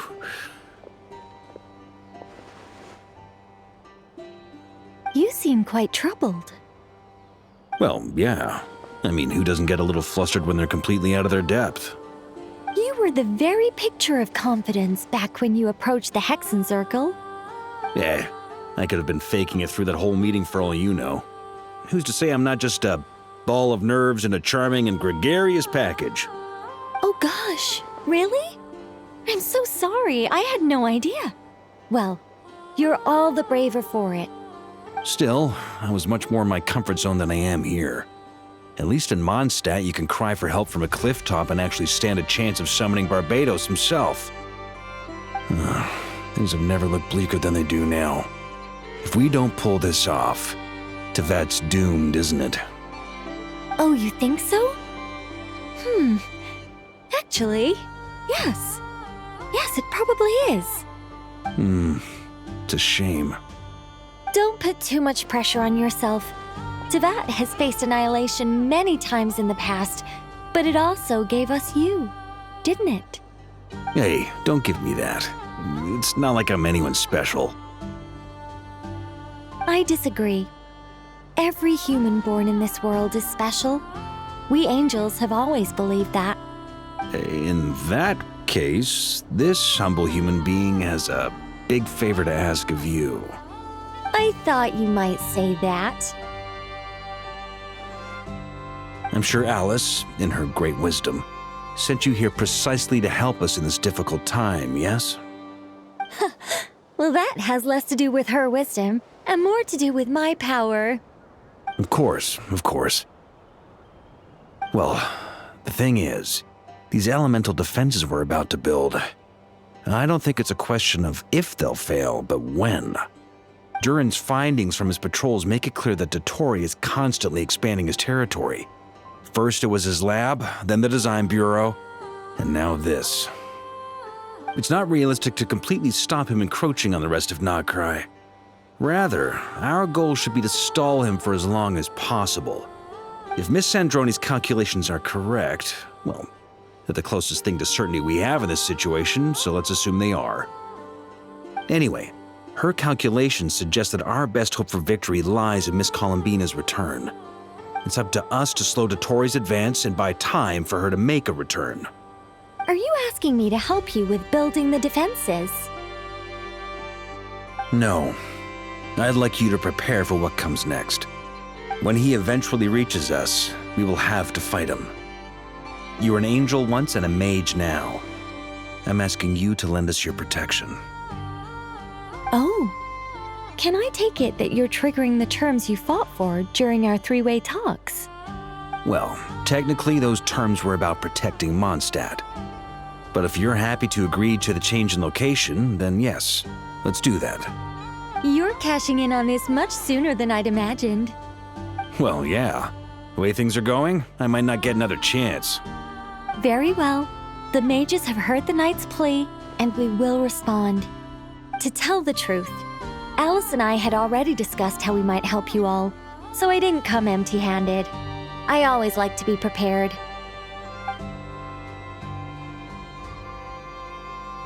This is... wow.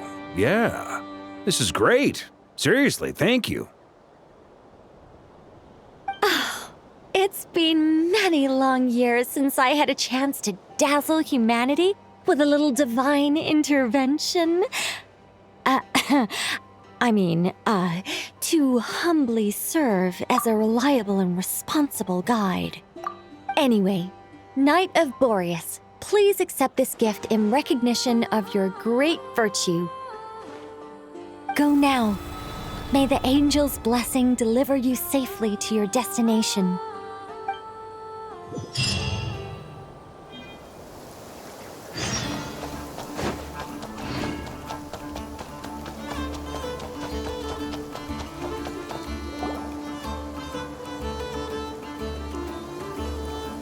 Ah, you're here. Sandroni, how are things going? Glad you asked. You two are about to become the first people to lay eyes upon my masterpiece. Or should that be the first person and the first, specter? Hey! Whatever. Come, feast your eyes on this. Wow! We've never seen something like this before. This meter displays the progress of my formula. Currently, it's still making the most important connections. Once it's finished running, I'll deliver it right to your side. And then, we can finally bring Columbina back. What do you mean, deliver it? Can't you just tell us over the Dodo communication device? It'll just be some numbers, right? Ugh, you're such a greenhorn. This isn't the kind of formula you solve in math class. It's a highly complex algorithm capable of constructing a framework of rules. Ugh, whatever. We'll be here all day if I start trying to explain it. All you need to know is the formula must be completed before we can bring Columbina back. I'll share the data with you. Nicole's agreed to let me use her information channel, so we just need to use the Dodo communication device like so. And... there. Now you can check in on my progress. Wow! Look at that! You're amazing, Sandroni! About time you recognized my genius. Took you long enough. Anyway, that's all for me. You should check on the others if you have time. Make sure we don't have any weak links in the chain. That might sound harsh to you, but close supervision is a common practice in a Fatui. Not looking to catch anyone out. I just care about everything going smoothly. That's all. I'm kinda stuck here while the formula's running, so I need you to be my second pair of eyes in the meantime.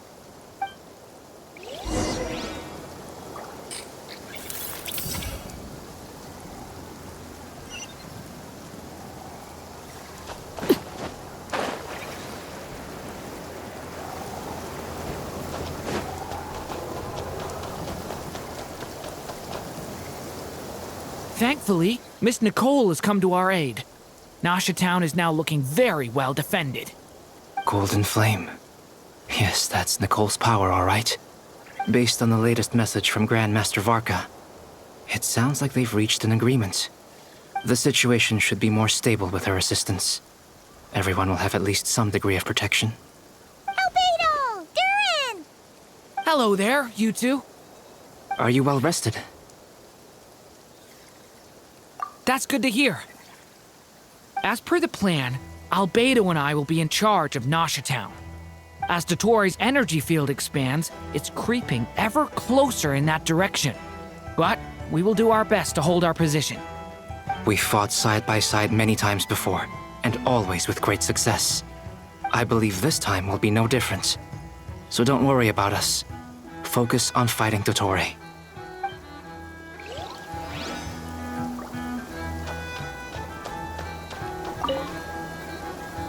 Traveler, Paimon, a pleasure to see you both. Friends! How's everything coming along? Fairly well, if I do say so myself. Personally, I am ready to confront Dottore head-on. Ooh, you sound much more serious than usual. To be honest, I am not usually fond of exercising my full strength. For one thing, it's hardly conducive to maintaining a low profile.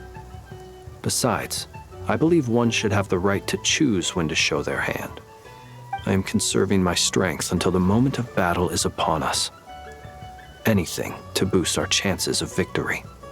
Seeing you get into the zone like this really puts Paimon at ease.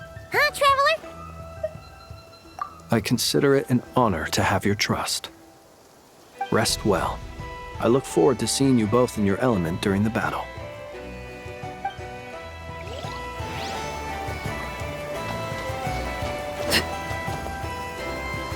Yes, Miss Moonchanter? What are you staring at? You always address me in the strangest ways. Lady Moonchanter 1 minute, Miss Moonchanter the next. Yes, and? Are either of those incorrect? Not as such. It's just that I simply call you Nefer nowadays. Uh-huh. That's my name. What's your point? The point is I don't add any honorifics or titles. Meaning what? That maybe we're on friendlier terms now than we used to be. Is that how you see it? And I thought I was the one with eye damage. Never! Wilma! Paimon, Traveler. Just swinging by to check in on you. How are things going? Did you manage to get some rest? Don't worry about me. I won't slow us down. And I give my all to ensure our victory. Ah, yes. Allow me to give you two a quick checkup. All done. You're both in good shape. You're welcome. You'll have your work cut out for you in this battle against Dottore, so make sure to get some rest in first. Paimon will keep an eye on him, don't you worry. I'm glad to hear it.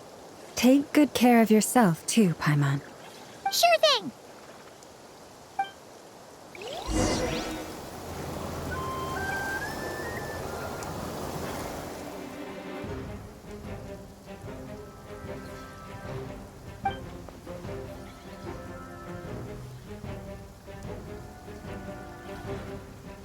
Here they come. That's quite a horde. As we expected. Get ready, everyone! Take your positions and prepare to engage. Let's begin. I'm at the ready.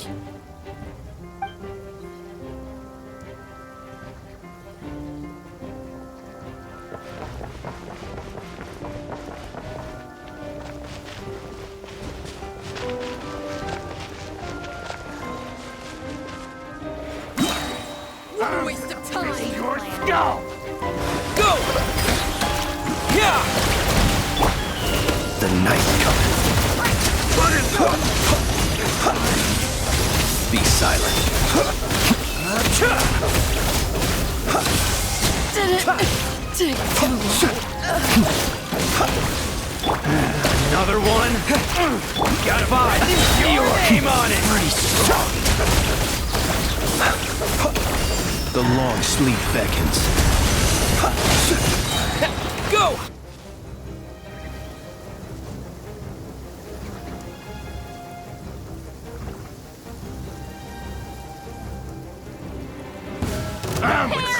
Your skull! Forest, protect. Can't hide the truth.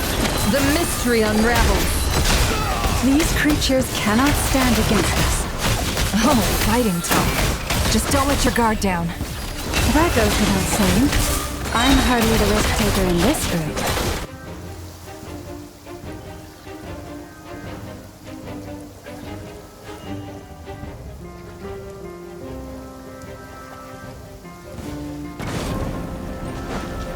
Burst forth! Witness my great undertaking! Live! The story has only just begun!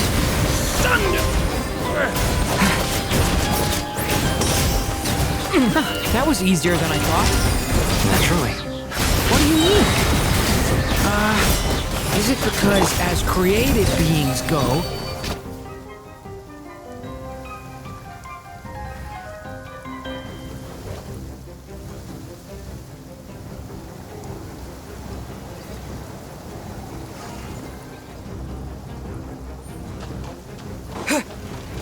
bombs away! You pull. Close your eyes. There's nowhere to hide! People have always used fire to drive away wild beasts. Wouldn't a lantern work just as well? You read my mind, my dear friend. I was just about to say that. All right then, dear friend. Bring the light!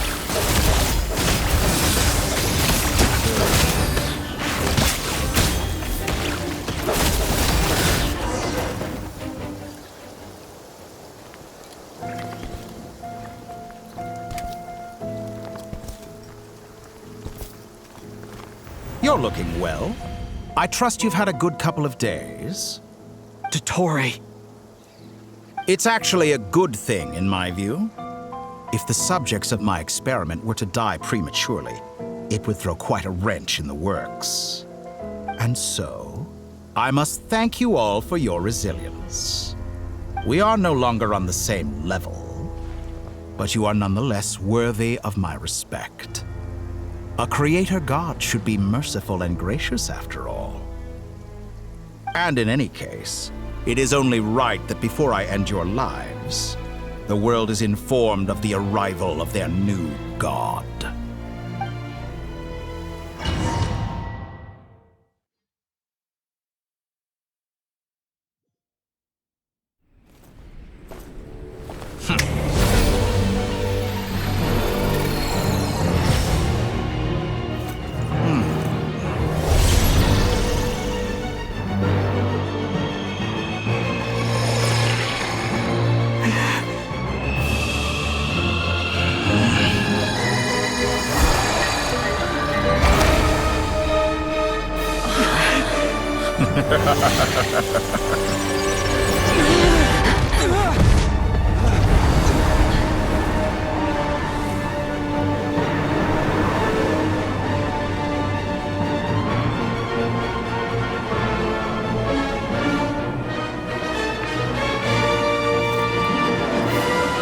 The experiment begins.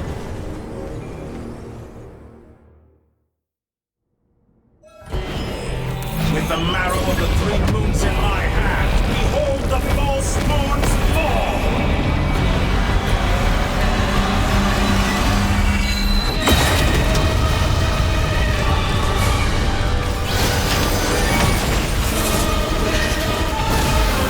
Water jet! Wipe out! Doris, it's a grave trend by the frost moon of old. You cannot face the me! long sleep beckons. Foul! Close your eyes. Did you honestly think that would hit me?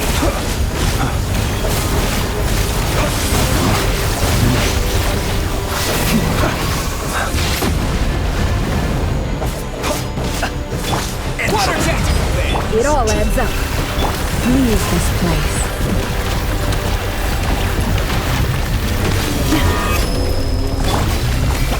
No more lies.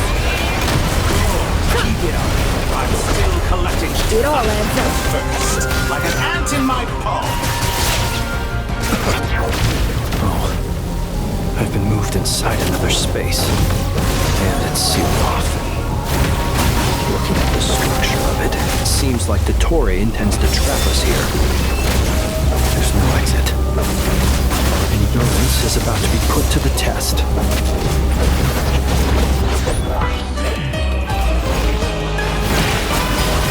Moon's remnant. Water jet!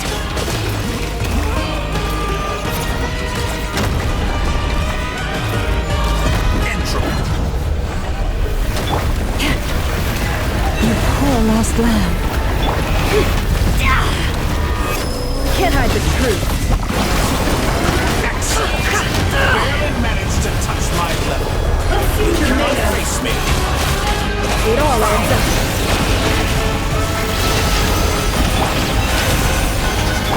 Water jet!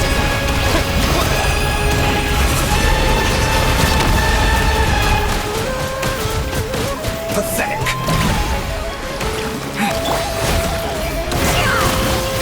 Can't hide the truth. The marrow of the 3 moons in my hand. Behold the false moons fall.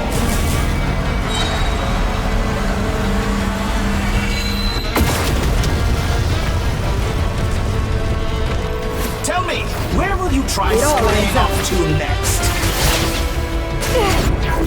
Looks like Dottore has opted for a divide and conquer strategy. But we will not allow him to triumph. Now, I shall pray for our victory.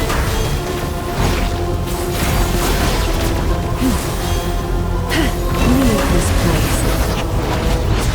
Entropy bends to me. Water jet! Go! No more lies.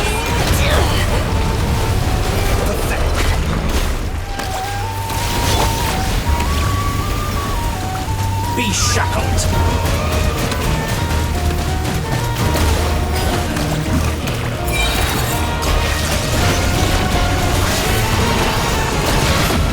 The deception ends here.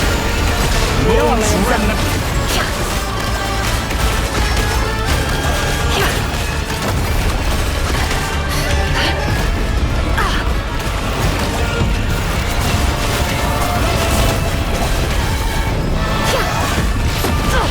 Absurd! Bombs away!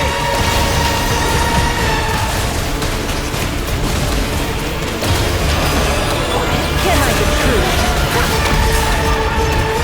It all falls into place. Pathetic.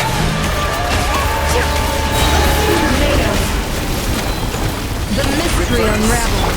Water jet! No more lies. It all falls into place. Be annihilated. It all adds up. Cannot stand against me. What's this supposed to be? A knockoff version of the space Columbina got trapped in?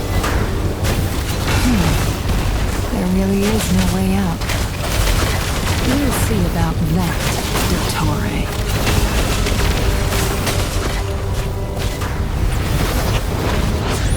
And I have not intended to take your teammates from you. But you have a choice. Obey and dodge that. An excellent deal, if you ask me.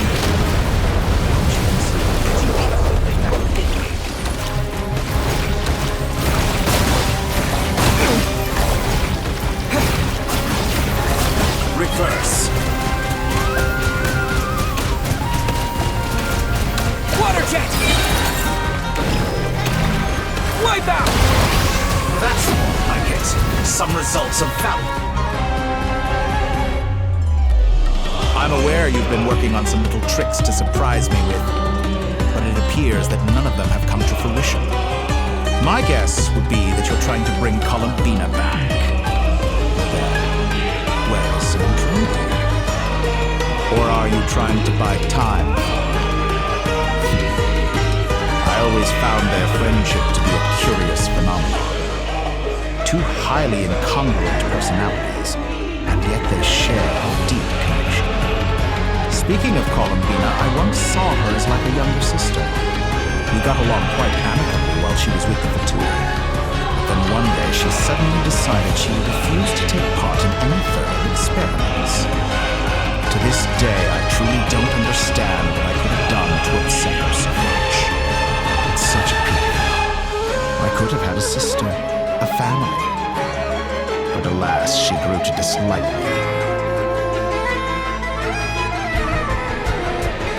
You're not fit to be family to her. That I can't deny. So many people, all obsessed with playing out the same tired old dramas. This world is rotten to the core. And then there's you. You had every opportunity to reach the right conclusion. The thought of killing you off like this? But I maintain that I approached you in good faith, so I will offer you another chance. Will you work with me? You have until I count to 10 to make your choice. 1, 2, 3. Not in a million years.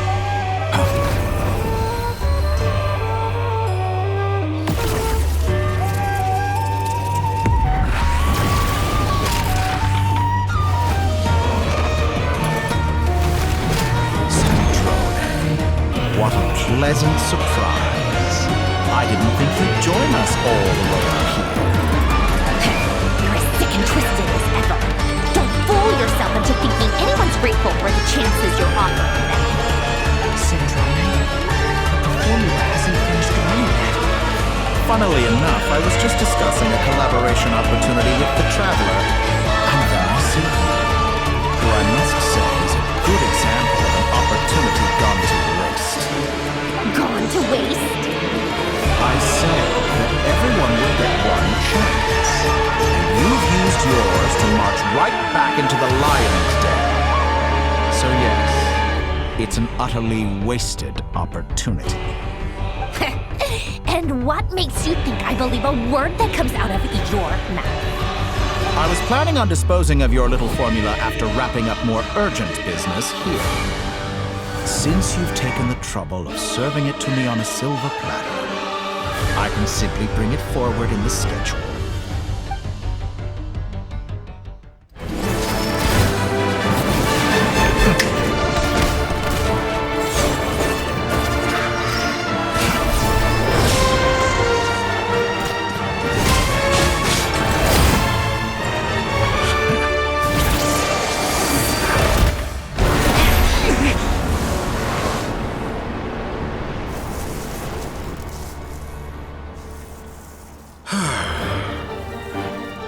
Is this your life's work? This piece of trash?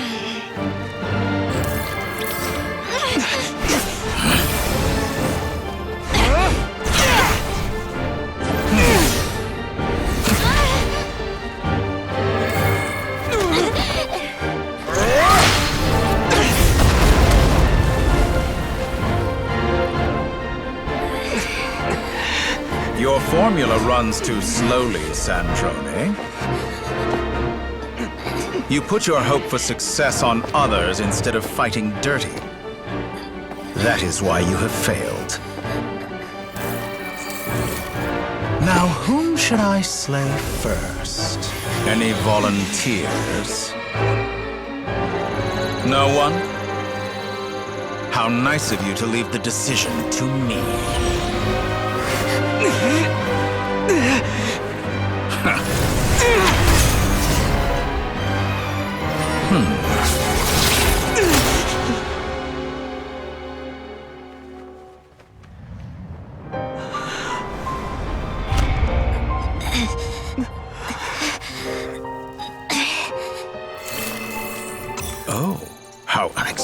it. Sandrone, any last words for me, comrade?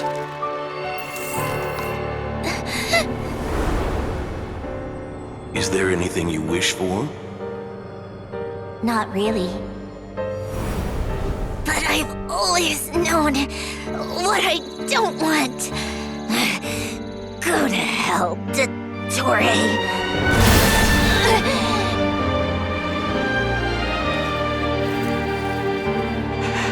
No!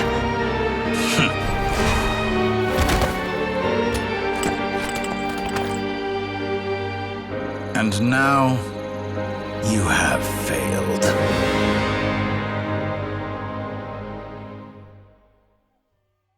Sandrone! Now you see how fragile mechanical contraptions are. Just a gentle tap, and they fall to pieces. However keen of an inventor Sandrone may have been, her death spells the end of the formula that was running inside her body. Of course, I have to commend her for making it this far. As her colleague, I have to admire her stubborn tenacity. Now, it is time for you to take your place by my side. My count was interrupted, but the second chance I extended to you still stands.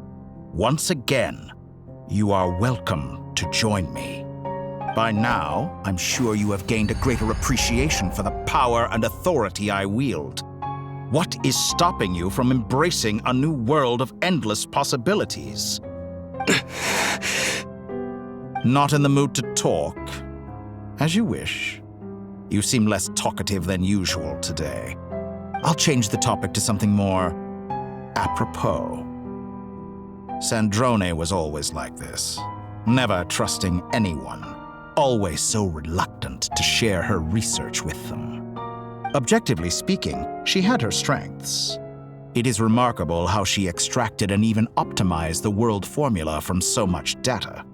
But her inability to trust was her undoing.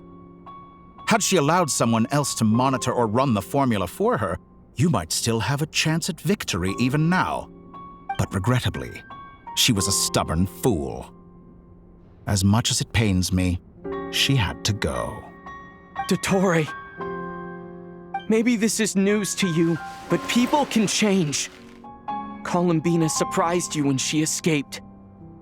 And I think Sandrone would surprise you too. Change? You can twist the truth however you want, but I see it clear as day.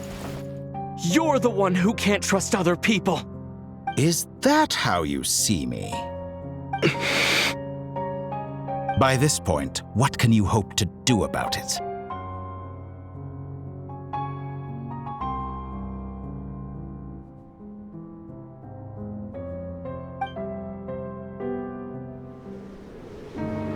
It is pointless to fight on. You've already lost. Wrong. You can't win this, Dottore.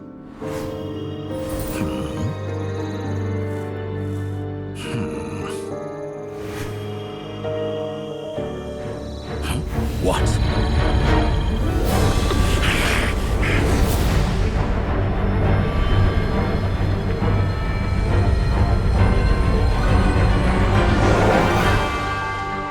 My formula can get us 90% of the way. It will connect you to Columbina. Then, I will bring the formula's output to the Traveler's side. For the last 10%, do whatever it takes. Just bring the moon down.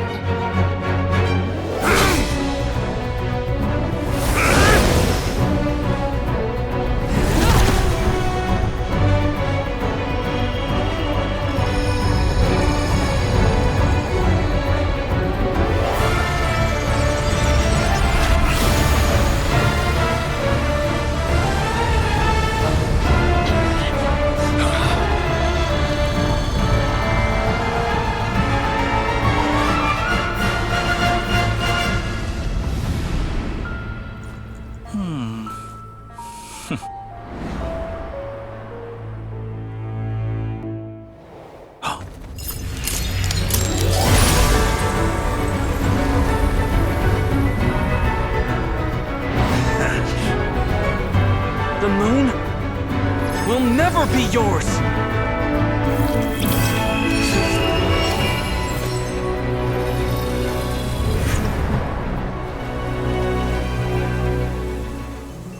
I turn my body into moonlight and pour it over Nodcry. My soul, I leave here to inform my future friends.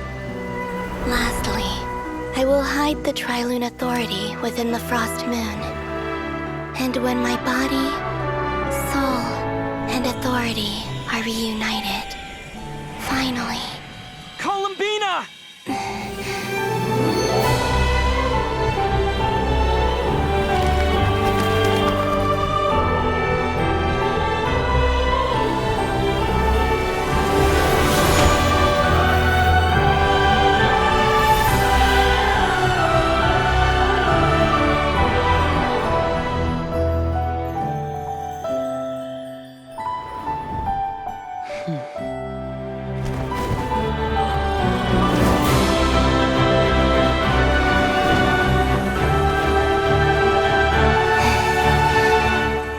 It's been too long.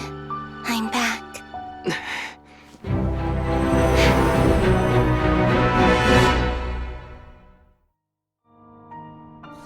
That's more. What a touching reunion. Though I personally find myself repulsed by the sight of weaklings huddled together for war. Now, we're quite finished patting yourselves on the back. Show me how long you can struggle before you drown. Watch out, Columbina! Manipulate space itself! I know. Wait for the right moment. We'll strike together. Moon's remnant. Go! Pathetic.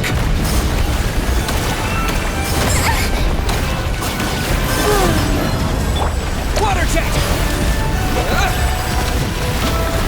Good. Keep it up. I'm still collecting data. Go!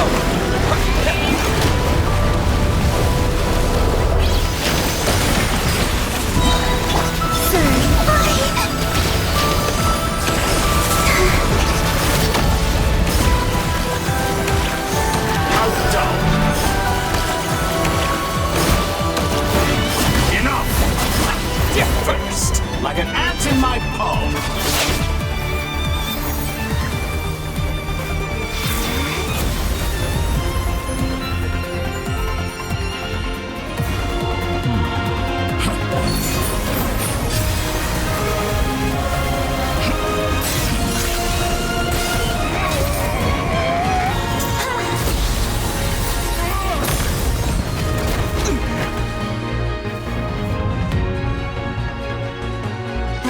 You the new moon's blessing.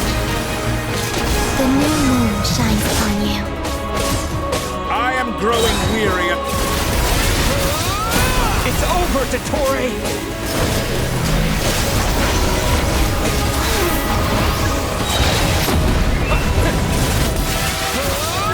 Time to pay for your heinous crimes! No longer miss the world power in the cold night.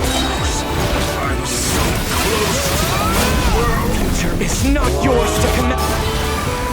Let the moonlight dispel the darkness.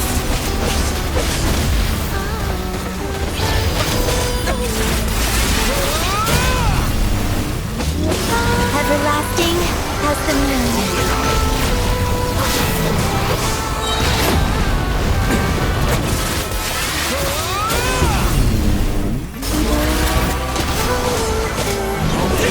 Could have shaped the new world.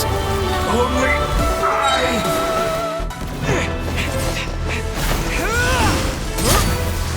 Willfully blind. How can you be so satisfied with your fate?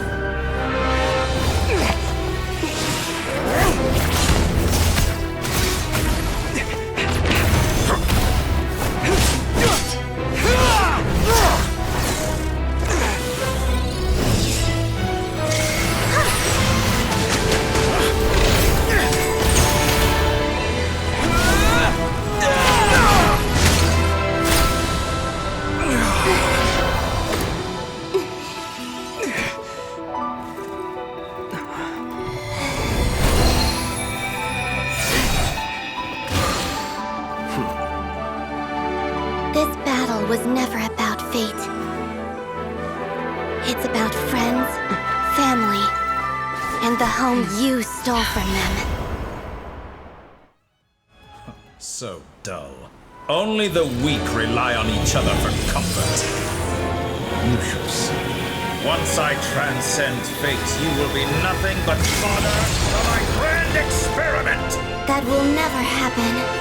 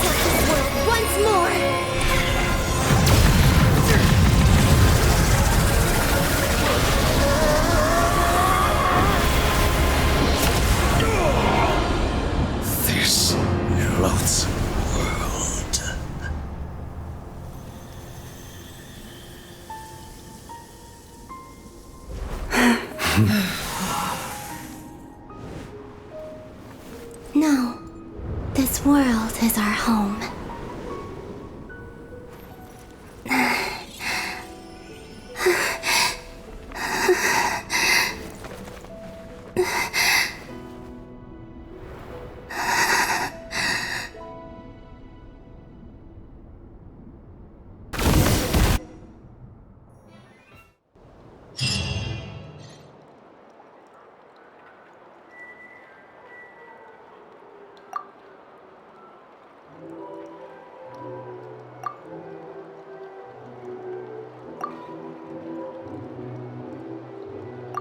No, you're doing it wrong.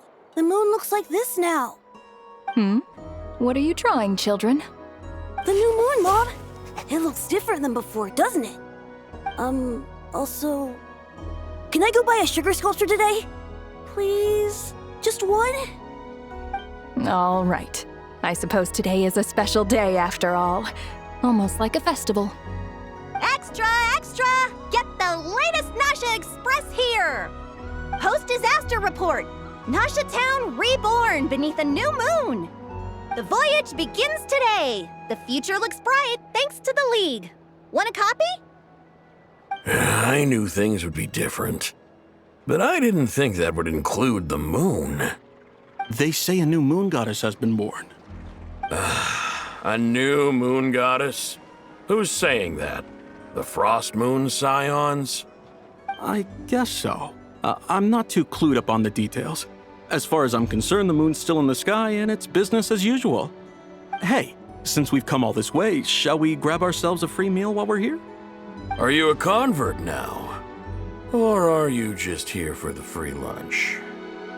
Oh, come on. What does it matter? After everything we've all just been through? That smells good. All right, that's it. I'm hungry. Time to eat. Come on! We gotta get there early, or there won't be any good spots left! Shh, keep it down. This is a residential area. What if people are still sleeping?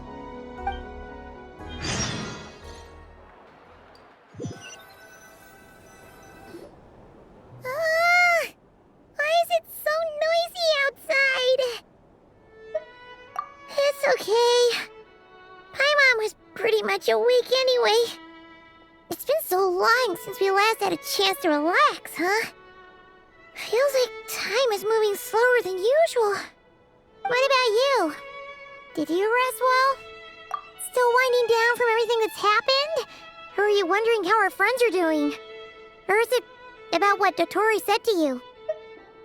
Okay, if you say so. But don't push yourself, alright? Let Paimon know if you need to talk. What we just went through was a lot. It's totally normal if you need some time to get back in your groove. Lunatar disappeared after Columbina came back. Apparently, she was part of Columbina's soul or something. and Mrs. Luanatar somehow. Anyway, you did great. So did Paimon. We all worked our butts off to contain this disaster, and in the end, we made it. So, chin up, Traveler. You should be proud of yourself. Hey, don't poke fun. You should be glad that Paimon's growing as a person. Paimon didn't think you'd mention it. You have no idea how anxious Paimon was. She was worried sick about you. Well, if you really want to show Paimon you're sorry, you're gonna need to make it up to her. You better be ready to splash out on a lavish meal.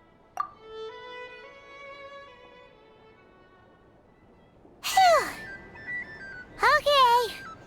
Paimon's full now. Huh? Oh, well... Hey there, Traveler and Paimon. Good morning. Morning, Yehuda. Here for some breakfast? Oh, I've already eaten. Just need some water. I was mostly worried you might forget what day it was today. So, I came over to remind you. Careful there, Paimon. Too much food will make you drowsy. Don't let anyone catch you hiding at the back and nodding off during the League meeting. You should probably be saying that to Aino. She's the baby of the group, if anyone. True. You know, I'm surprised that all these competing groups are actually coming together to try to solve things together. Definitely a first for Nodcry. Well, nothing like a region-wide calamity to bring people together. After that, surely even the most self-interested people have to realize that going it alone isn't worth the risk, right? Try telling Boss Neff that. She's not exactly convinced that people are gonna get with the program. Really? But if she's so pessimistic about it, why'd she agree to be the Curatorium's representative in the League? Probably 'cause even though Unity sounds like a pretty far-fetched idea, the benefits it would bring make it worth a shot. I think things will work out, though. I swear, Nodcry feels like one big family now with everything that's happened. More than it used to, anyway. Paimon's with you on that one. And it seems like plenty of other people agree, too. Just listen to the bustling streets. All right.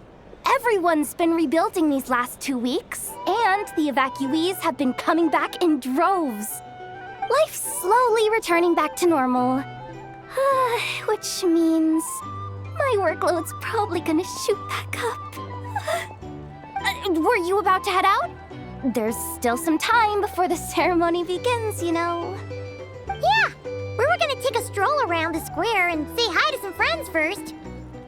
Sounds good. See you later then.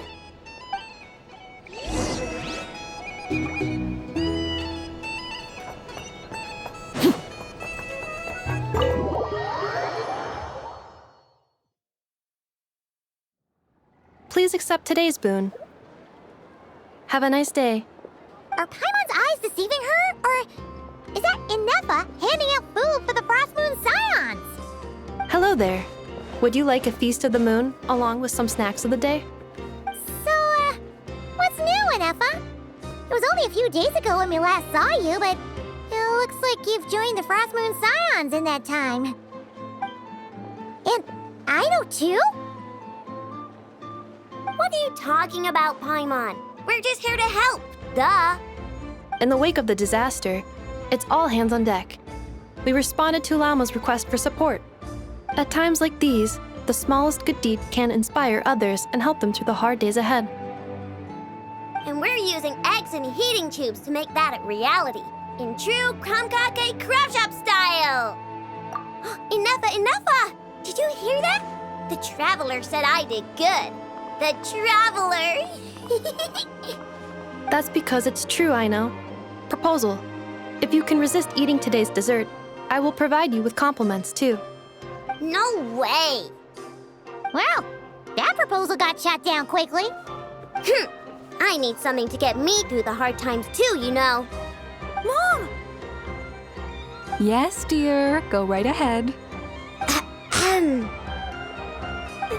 Excuse me. Could I take a photo with the robot lady? She helped us get safely out of Notcry, and she helped us get back home too. She's the best.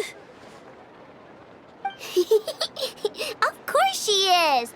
And since I'm the whiz kid who built her, that makes me even better than best, right? But you stole my snacks though. Oops. Shall we move to the open space near the center? The view there is better. Thank you! Aren't you the better pick for this job, Flint? You underestimate yourself yet again, Master Ilua. Not at all. I rarely come by Nasha Town. I don't know any of the big shots here. All in good time. Socializing is a step-by-step journey. But you're much further ahead on that road, aren't you? You're not seeing the full picture. You know the truth now.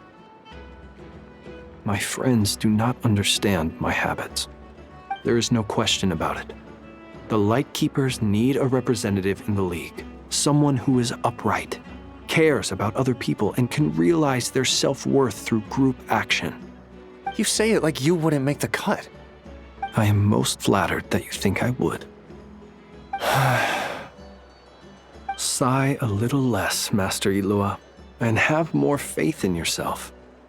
All the Lightkeepers agree that you're a very promising young man. That is precisely why Starshin and Nikita felt safe delegating such important work to you.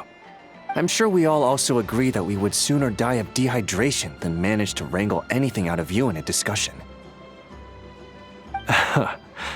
My apologies. I am not in the habit of bringing water with me when I go out. Whatever. I'll take the job.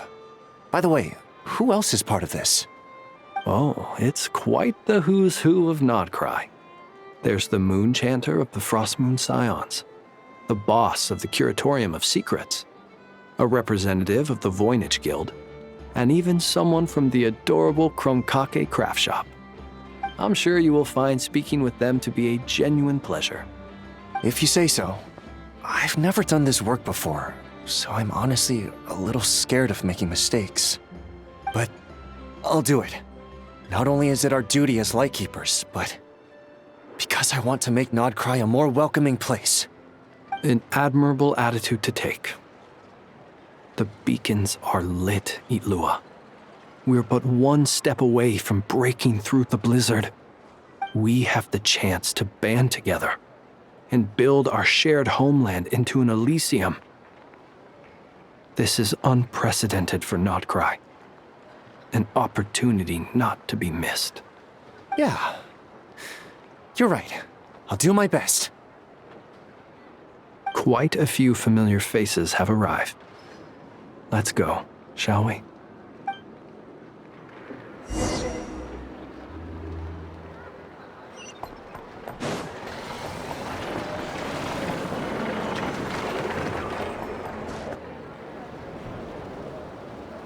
Wow! Everyone's here!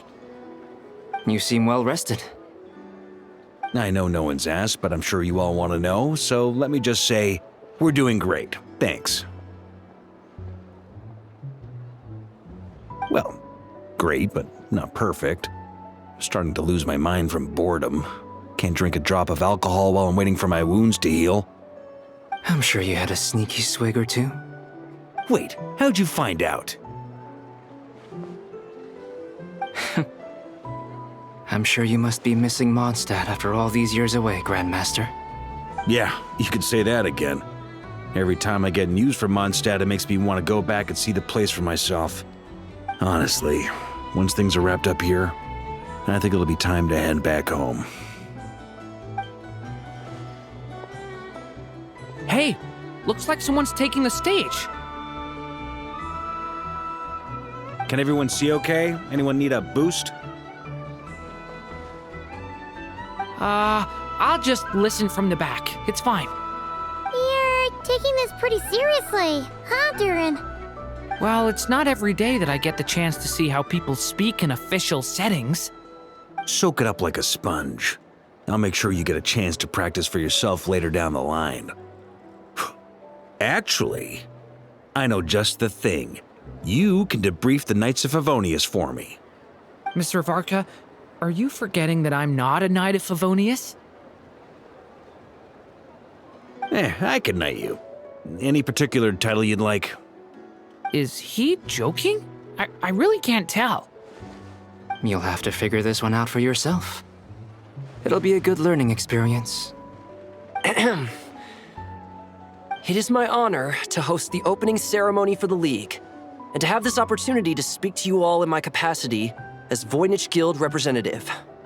Could this person also have been pushed onto the big stage by the real big shots? Guess I'm not the only one then. We come here today, having weathered the trials and hardships of yesterday, and having learned from them the importance of unity and cooperation. All right, here we go. Uh-oh, looks like Aino's off in dreamland already. Wait, Boss is looking kinda drowsy too. What's up with her?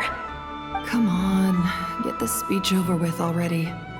Nodcry is our home, the land we rely on for survival.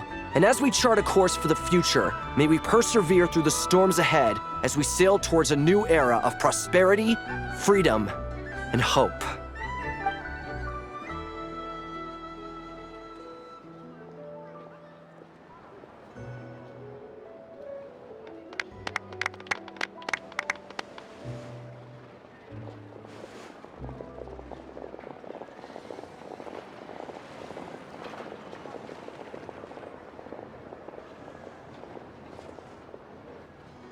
Looks like we'll have more opportunities to travel in the future.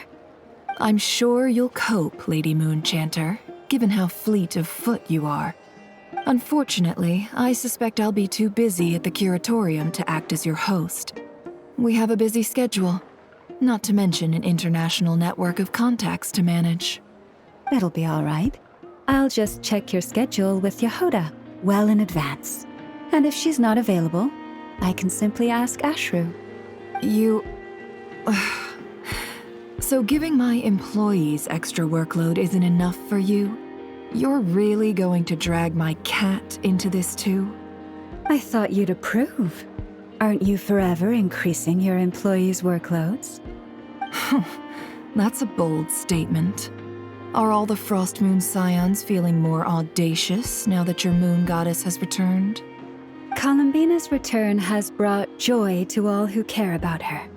That includes both you and me. As for the Frost Moon Scions, we are learning how to thrive independently, without relying on the moon goddess. It is up to us to make our home a more livable place. Joining the League is one of the steps we are trying towards that end. I like the word try. It's nice and non-committal. You can opt out at any time and still say you tried. You don't see a bright future for the Frost Moon Scions? Or did you mean the League? I'm just not as optimistic as you. The Frost Moon Scions should count themselves lucky that they have a leader as stubborn and enterprising as you. But Nodcry's a big place, with all kinds of people. Most of them don't enjoy answering to a leader, or even listening to reason.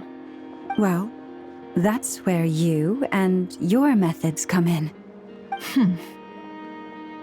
Unless the Curatorium of Secrets is only here for appearances.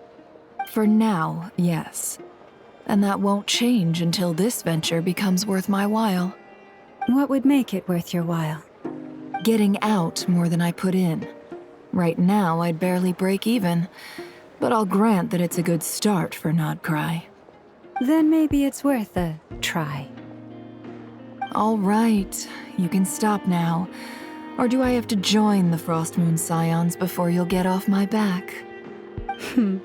You'd be very welcome to join us. Hey, you two! Congrats on all your hard work! What are you chatting about? Nefer was trying to dissuade me from adding to her employees' workload. Also, she's considering joining the Frost Moon Scions. Sorry, what? Your conversations are always the most interesting. Would you two care to join me for some tea before heading to your next destination?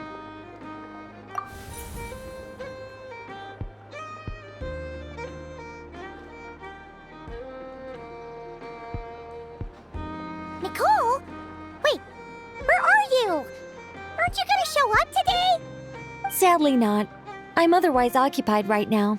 I'm sorry, Paimon. I can hear how disappointed you are. If it's any consolation, let me say that how things appear on the surface is a far cry from what they are at their core. Perhaps you'll feel better if you focus on the fact you have a special line of communication with the great mage herself. Okay? Has something happened? No, or not yet, anyway. Well, that's not ominous at all. Not for the time being. Just think of this as a general check-in to make sure this communication system is still running smoothly. Besides, it's good to chat once in a while if we want to maintain our friendship. You could have just said so. Haven't got all worked up for nothing. Still, the best friendships are built through face-to-face interaction, you know. It's never gonna stop being weird having tea with you when you're not there and just talking to thin air. All right, fair point. I'll bear that in mind for next time. Yeah. Any update on that crisis at the world's borders? Alice just informed me that they had their work cut out for them. And now everyone's thoroughly exhausted. But they did finally get things back under control. Still, we can't let our guard down yet. The disruption caused by this disaster has made Teyvat easier to detect from the outside universe.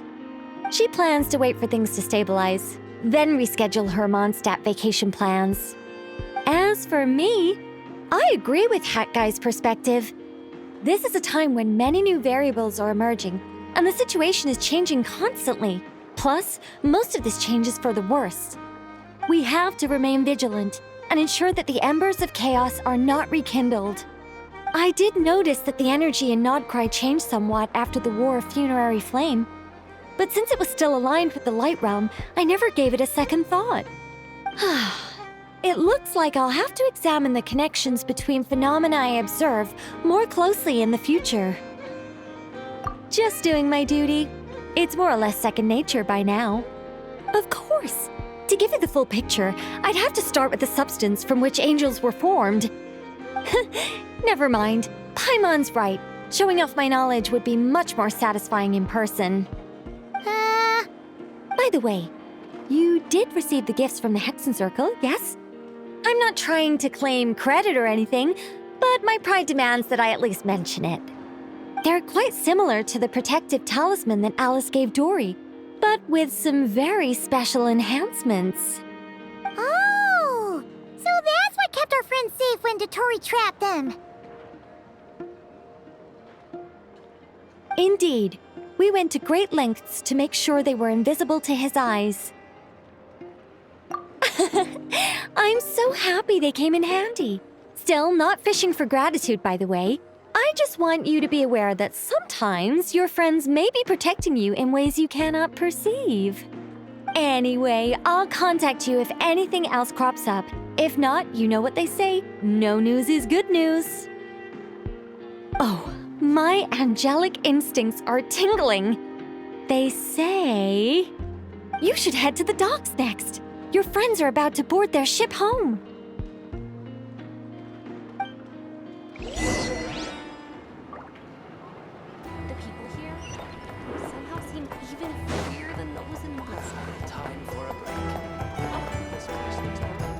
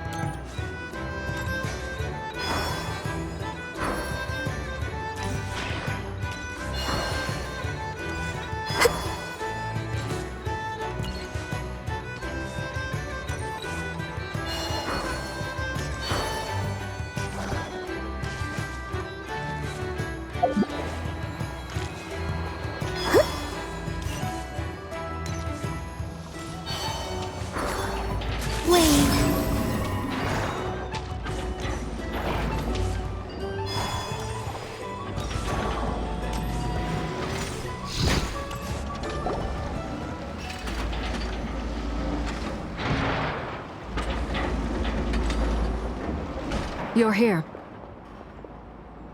You're here too, Hat Guy! Are you heading back together? No, I'm bound for Sumeru, and she for Fontaine.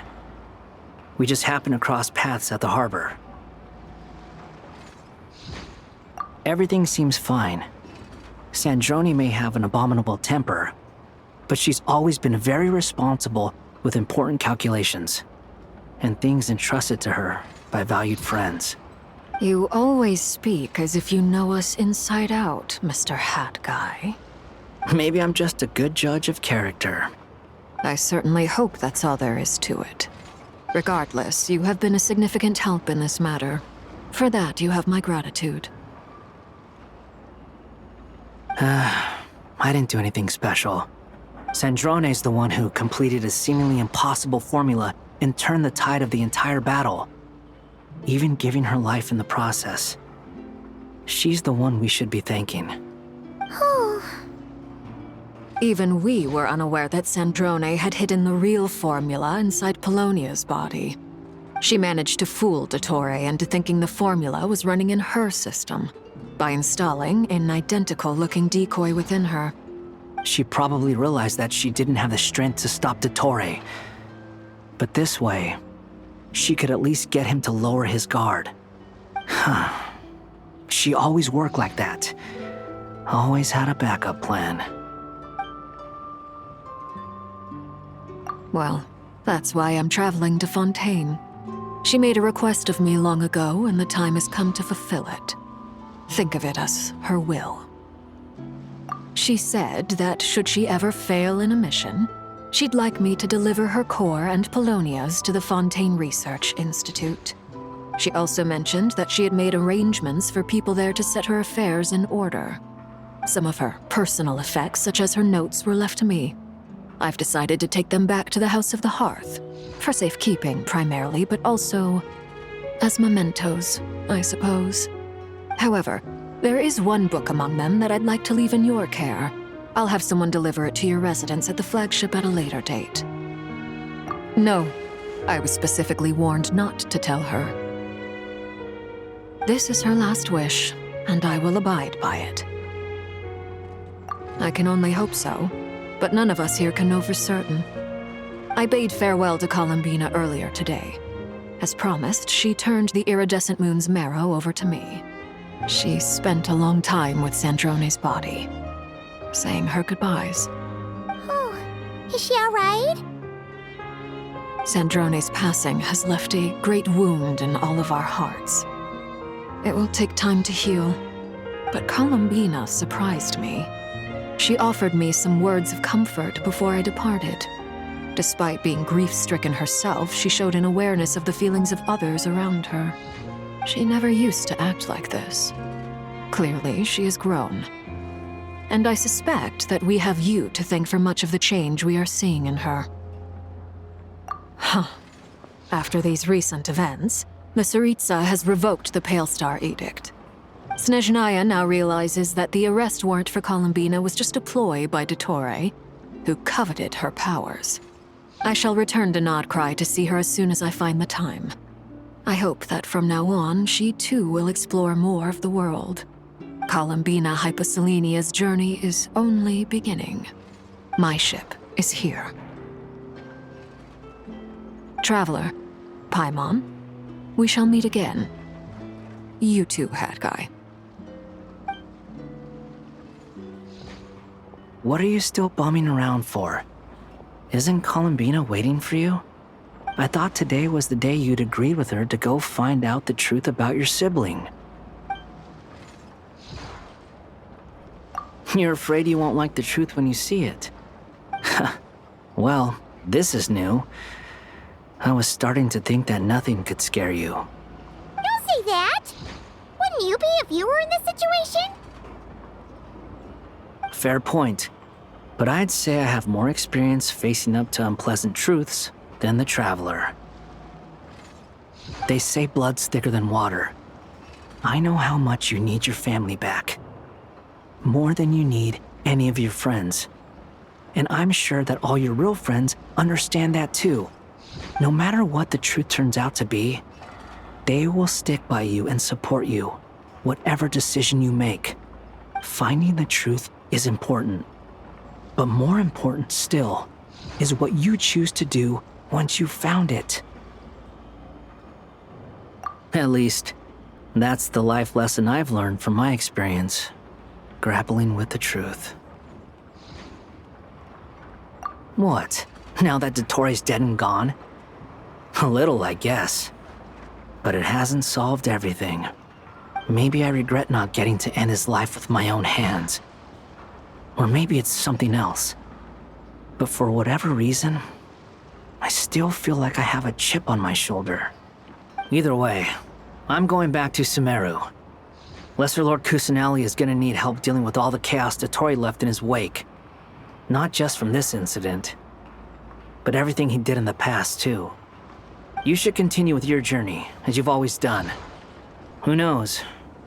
Maybe we'll meet again someplace else. So, what should we do now? If you want to explore a bit more to steady those nerves, Paimon's game! After all, when Columbina said she knew where your ship was hidden, Paimon promised to give you two some alone time with the truth.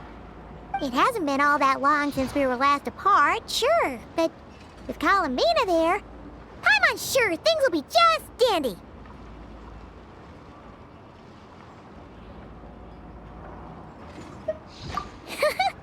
Ain't no biggie.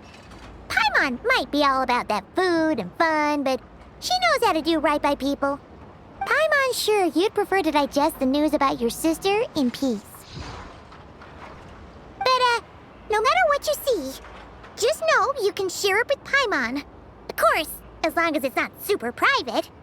If you can't make sense of something, let's give it some thought together. And even if we both can't figure it out, Paimon can at least treat you to a nice meal.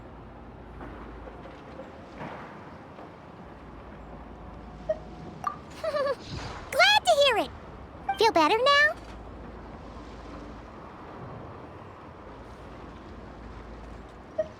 Alrighty.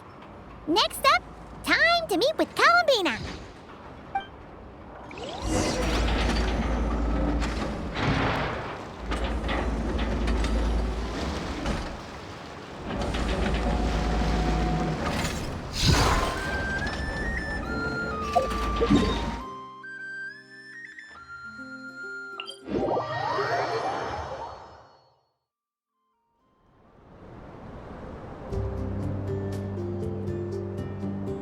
Columbina, we're here! Can't quite believe we're meeting out here. We've gotten used to walking over to Silver Moon Hall whenever we go see you. Well, you're still welcome to go there whenever you want to see me.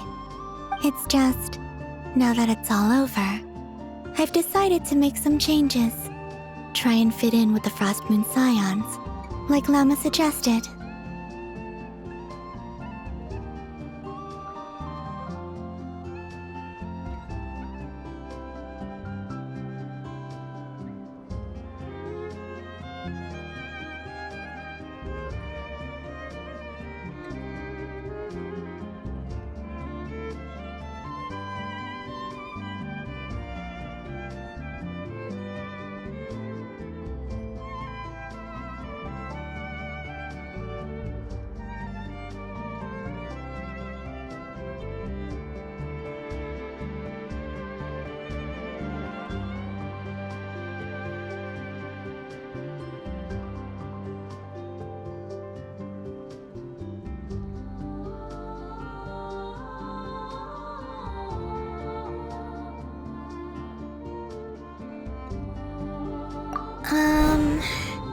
The older generation are still timid around me. They don't dare get too close, and they bow their heads when I walk by. But things are much better with the children. I see more curiosity in their eyes. Hopefully, by the time the next Moon Prayer Night comes around, I can enjoy the festival with them as myself, without having to pretend that I'm only dressed up as the Moon Goddess. You'll do fine, Columbina. Paimon's sure they'll realize you're super nice once they get to know you better. You really think so? When we first met, you thought I was a little up in the clouds. Oh, we were just starting out then, come on! So Llama told you, huh? I'm only teasing. I know that I have you to thank for pulling me back down to solid ground. It feels good to finally stand firm on the earth where I was born. Oh, that's great!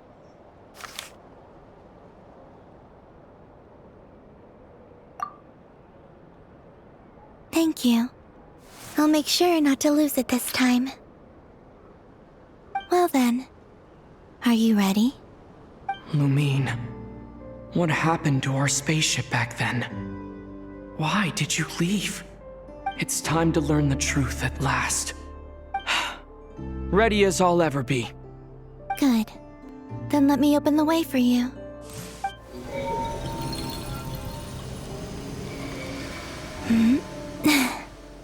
Where does this lead? To our shared destination. Huh? Do you remember me telling you about my missing prologue back when we just met? I said that my story began on the moon. But while I was inside the moon's reflection, I realized that my prologue was really hidden in the future. I just had yet to discover it at that point. The story of the time before I was born was in fact the story of my distant future. It's truly fascinating. But when I obtained the Trilunar Authority and returned to our present reality, I sensed something I hadn't expected. Your prologue. So you mean... Yes, your spaceship. All this time, it has been hidden on the Frost Moon, which lay beyond the sky. The great ruler of the firmament. The heavenly principles. Wait, them? Why would they do that? I don't know. Perhaps your ship contains something that is incompatible with Tevat. Or something that cannot be known. Oh, did I pick a bad time to say this? I know it must have been hard to work up the courage to do this. Maybe I should have waited until you were on the moon, with no chance to back out. That would have been kind of mean, you know.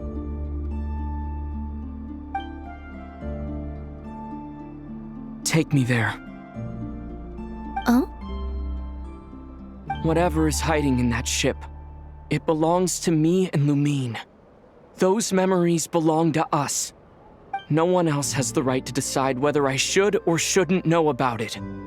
Not even the heavenly principles. Very well. Then let's go. You two take care, alright? And don't forget to come back soon! Rest assured, Paimon. We will. Traveler, after you. Thinking about the story that we'll find hidden on the moon? Yes. And hoping that it has a happy ending. Stories like that don't exist, you know? You don't believe in happy endings? I don't believe in endings.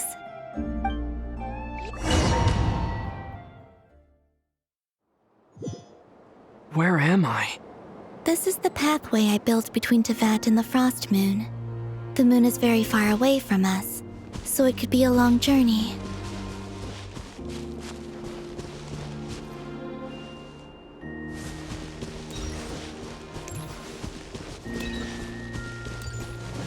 After I obtained the Trilunar Authority, I unwittingly saw past events from many of my friends' lives. One was Lauma. She was so young when they chose her to be the Moon Chanter. From then on, the Frost Moon Scions looked to her to bring messages from their goddess. But, for better or worse, I had left Hisi Island before she was ever born. It was not until much, much later that she met me. I think it's for the best. Because of the way things turned out, you had the opportunity to become friends. You're right. In that sense, I think we were both very lucky.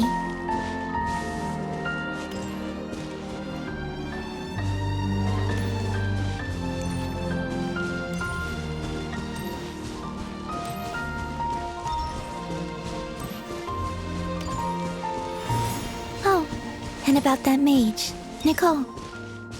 I only recently learned that she has lived in Teyvat since the time of the Three Moon Sisters. The Moon Goddesses always had a good relationship with the angels. I suppose our friendship continues that tradition.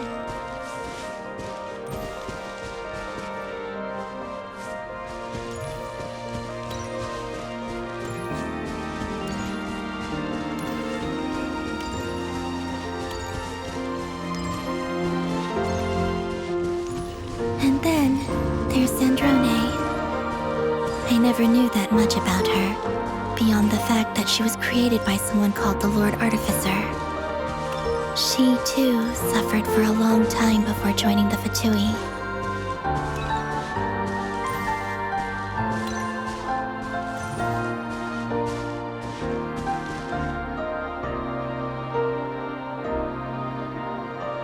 How I wish I could talk to her again, even if only to hear her say nasty things to me.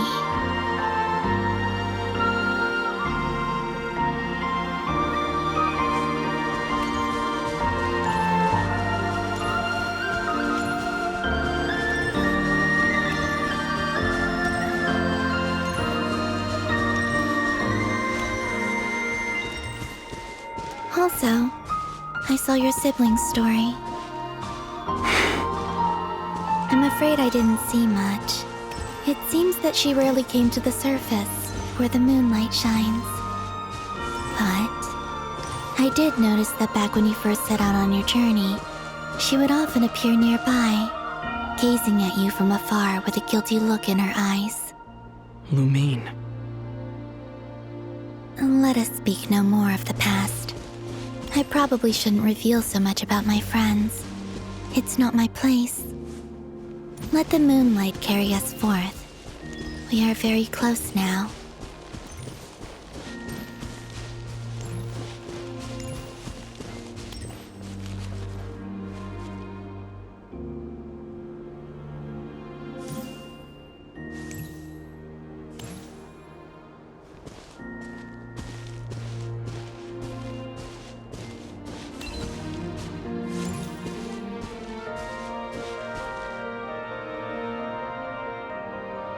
After this, I'd like to bring some Kuhenki to the moon as well. If they're willing, of course. What about your other friends? Will you bring them to visit too? Certainly. But I'll need to tidy the place up first. This home hasn't received any guests in a long, long time.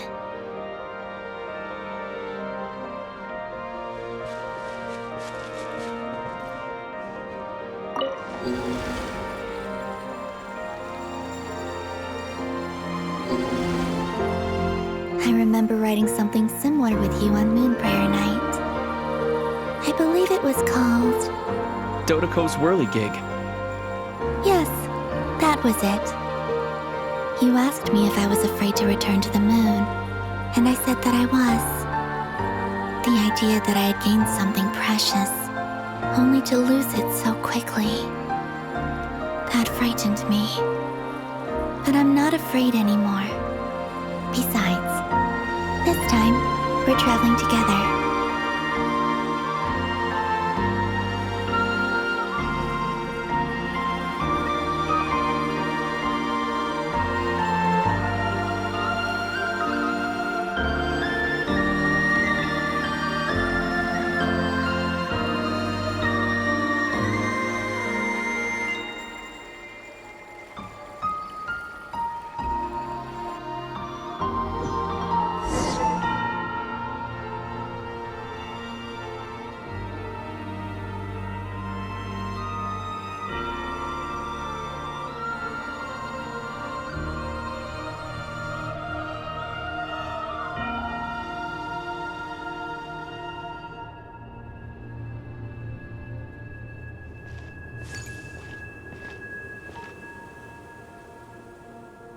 We're here.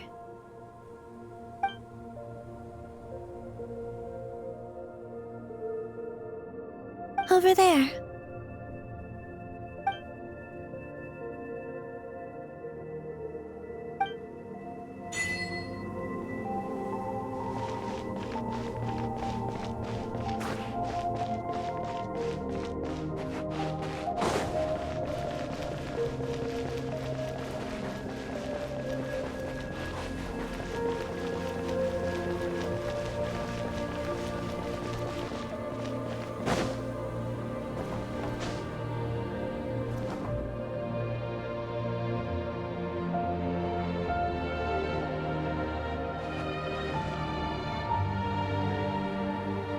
Our spaceship.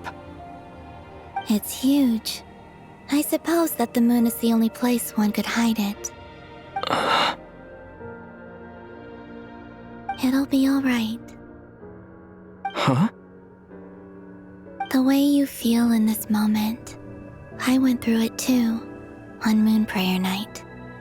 The door was right in front of me, but I struggled to find the courage to step through. Solitude for me once meant living a life in which even I was absent. Before I met you, that was the only life I knew. But that night, solitude meant throwing away the life I had gained after meeting all of you. Columbina. Go. Retrieve the part of your life that was once lost. Trust me, you will lose nothing by doing so. Look, Teyvat is right there. All of our friends are down there, waiting for us. You're right. Thanks, Columbina.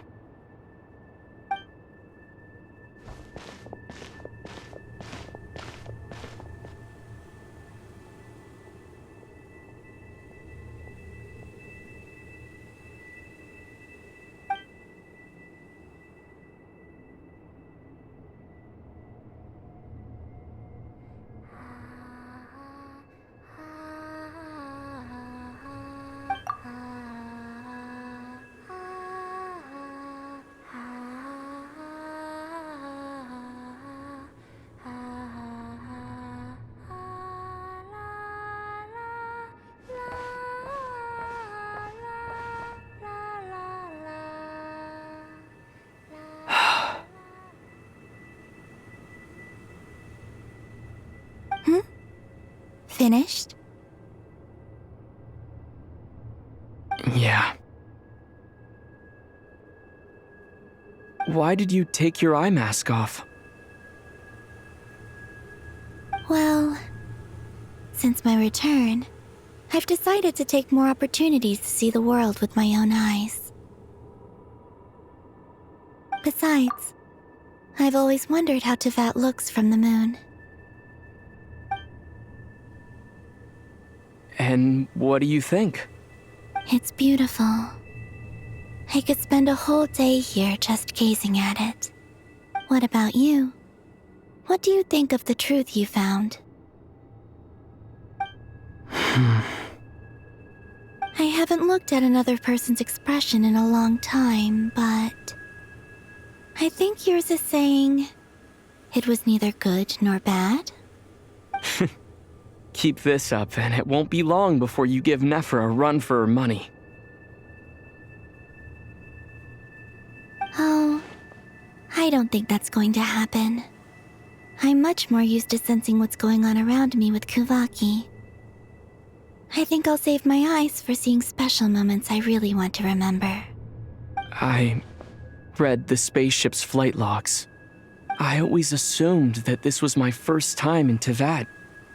I thought that Lumine and I must have been hibernating in space for centuries on end. But the logs show that our spaceship flew over the skies of Teyvat once before. A long, long time ago. Flew over? So you didn't land? No, the ship barely came to a stop before flying on again. After that, it continued traveling through space for a long time. Some of the data is corrupted, but I suspect that it kept flying for thousands of years.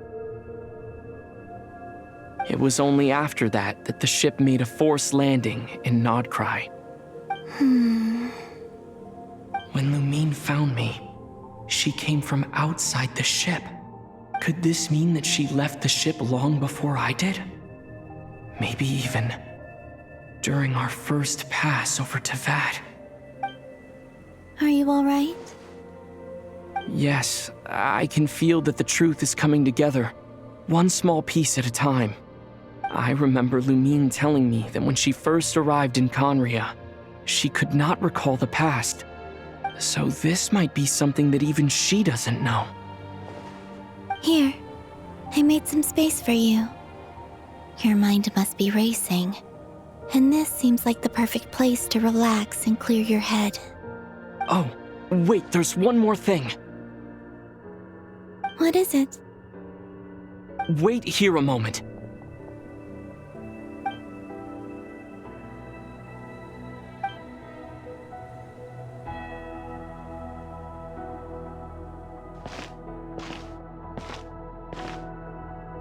Hey, Columbina.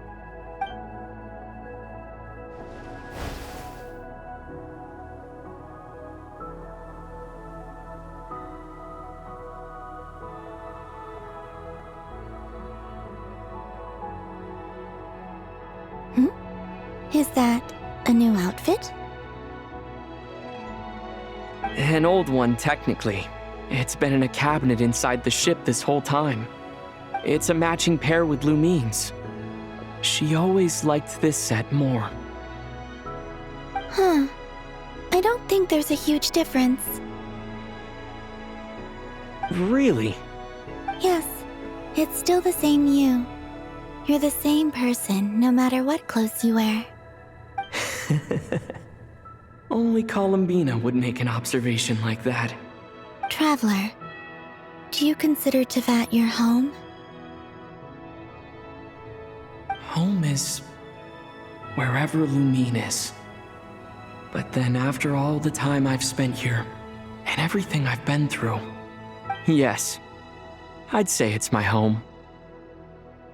Would you change your answer if Teyvat changed appearance?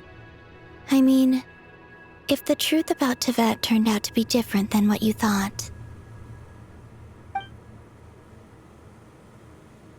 I don't know, but I don't think so.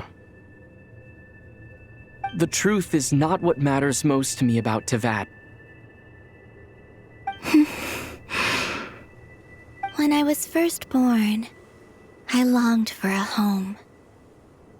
And when you get something before you're mature enough to understand the world, you just take it at face value. I thought that a home was a transaction. You give me what I want, and I'll do the same for you. But you and your friends taught me what a true home should look like. You never asked for anything, yet you gave so generously to me. That's because your friendship matters to us. It was worth it. In the past, I thought that my birth in Nodcry must have been a mistake. But after journeying to the distant past where the story began, I realized that it was I who chose Nodcry to be my future home. Now, I am glad that I made that choice. I'm sure your friends are just as glad. In fact, I intend to make the same choice today as I did back then. What do you mean? Well, I've given the Eternal Moon's marrow to Lauma, and the Iridescent Moon's marrow to Arlecchino. And now, I shall return my Kuvagi to Nodcry again, that it may continue to protect my chosen home. Wait, but what about your body?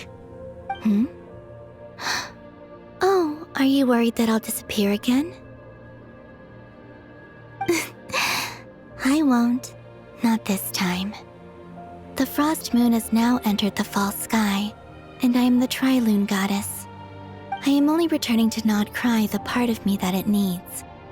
I am giving what I can, because my home is worth it. Oh, and I have something for you, too. For me? Yes. Come closer.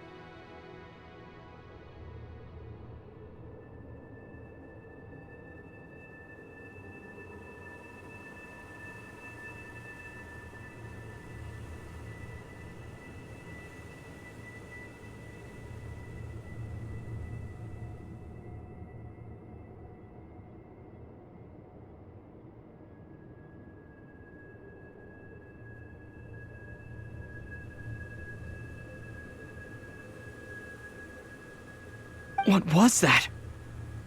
I lifted some of the restrictions this world placed on you. I trust this will help in your future adventures. My power. It feels like it's grown. I can use the elements more freely now. Thank you. This will be a great help. You're welcome. I see you as family, and after everything you've done for me, In fact, no. It's not because I owe you. It's because you're worth it. Here, this flower is for you.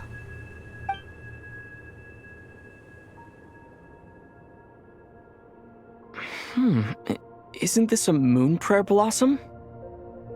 Yes. Don't worry. You will never see these flowers lose their color again. I'm finally discovering the joy of giving.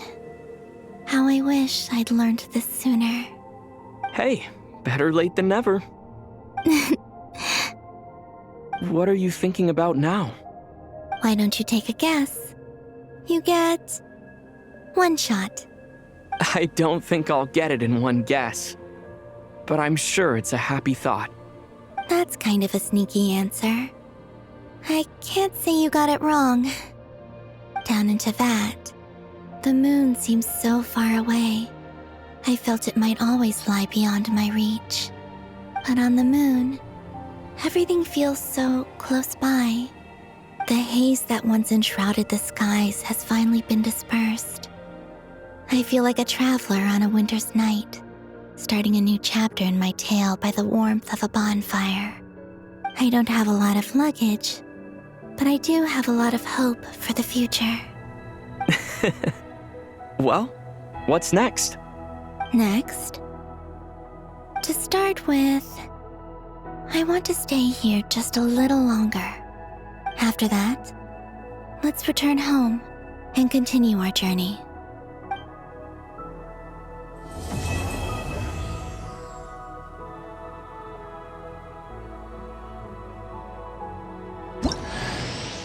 These clothes bring back so many memories.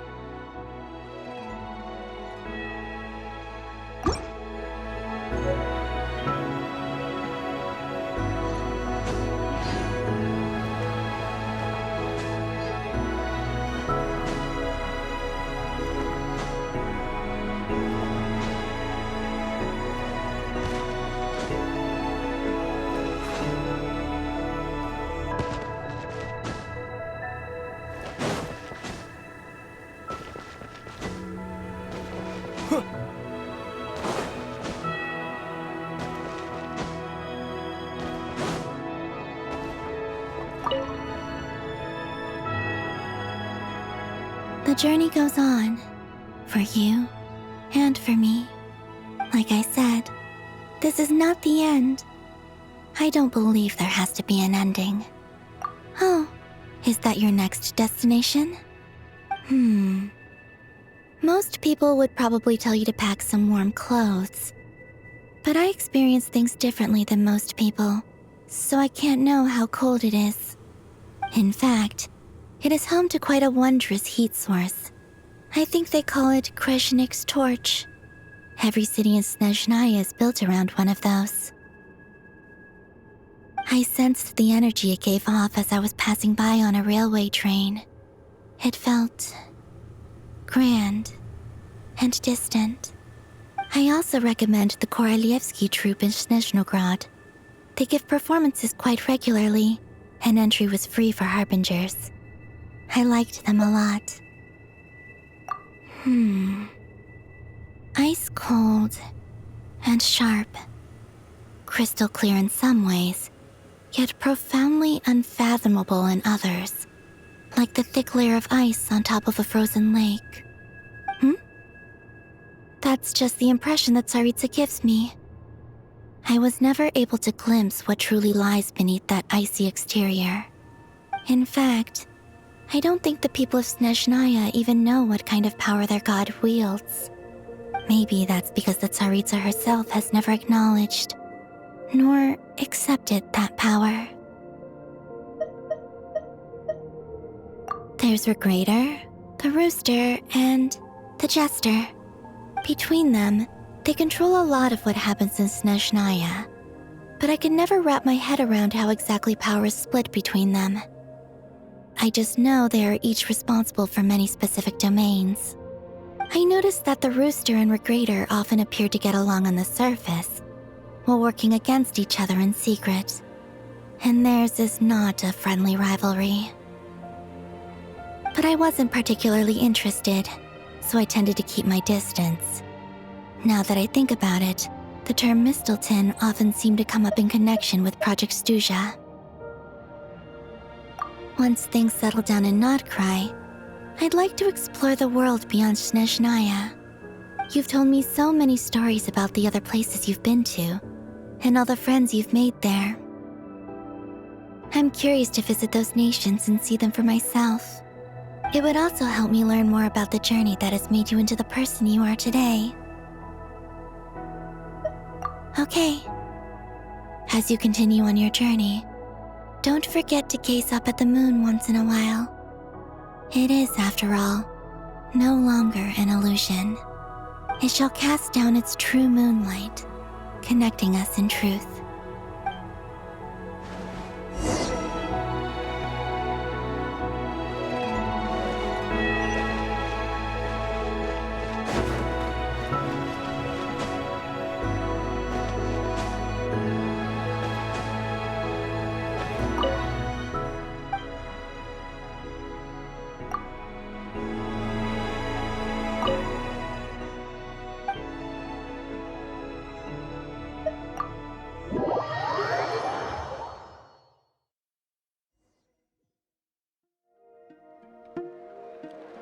To Jean, acting Grand Master of the Knights of Favonius. This preamble is such a pain to write. It's probably high time we got rid of this acting business. I trust that Dern has updated you all on recent events. Hope we didn't worry you too much. The good news is, we managed to come together and put a stop to the Doctor's evil schemes. With that, I think it's safe to say that Notcry is finally out of the woods. As for the Fatui, not counting the Damselette, aka the Moon Goddess, who has left their organization, we found ourselves allied in this instance with both the Knave and Marionette. May she rest in peace. As ever, we find ourselves better off for making friends rather than enemies. But until we can ascertain the Tsaritsa's true intentions, the future remains uncertain. In a short while... Wait... How am I meant to surprise everyone if I tell them in the letter that I'm heading home? Well, that would be a huge waste. Okay, got it. I will begin sending the expeditionary team back home in waves. I'm sure they'll be able to answer any questions you still have. I hope they won't gloss over the details of my many heroic deeds. But if they do, I'm sure it'll be because they're just too exhausted from the long journey. I think of Mondstadt daily. Please give everyone my best regards. P.S. The honorary knight went above and beyond this time. Are there any other honors we can give him? I'll leave it with you. P.P.S. Please be extra nice to Klee for the foreseeable future. I cashed in on the last favor that the Hexen Circle owed us, so we need to earn some more goodwill. If there's any serious problems, feel free to stick me in solitary confinement when I get back. I'll do the time for her. Whew. And that, as they say, is all she wrote. End of an era. And with the moon shining down brighter than ever, I think everyone is going to sleep well tonight.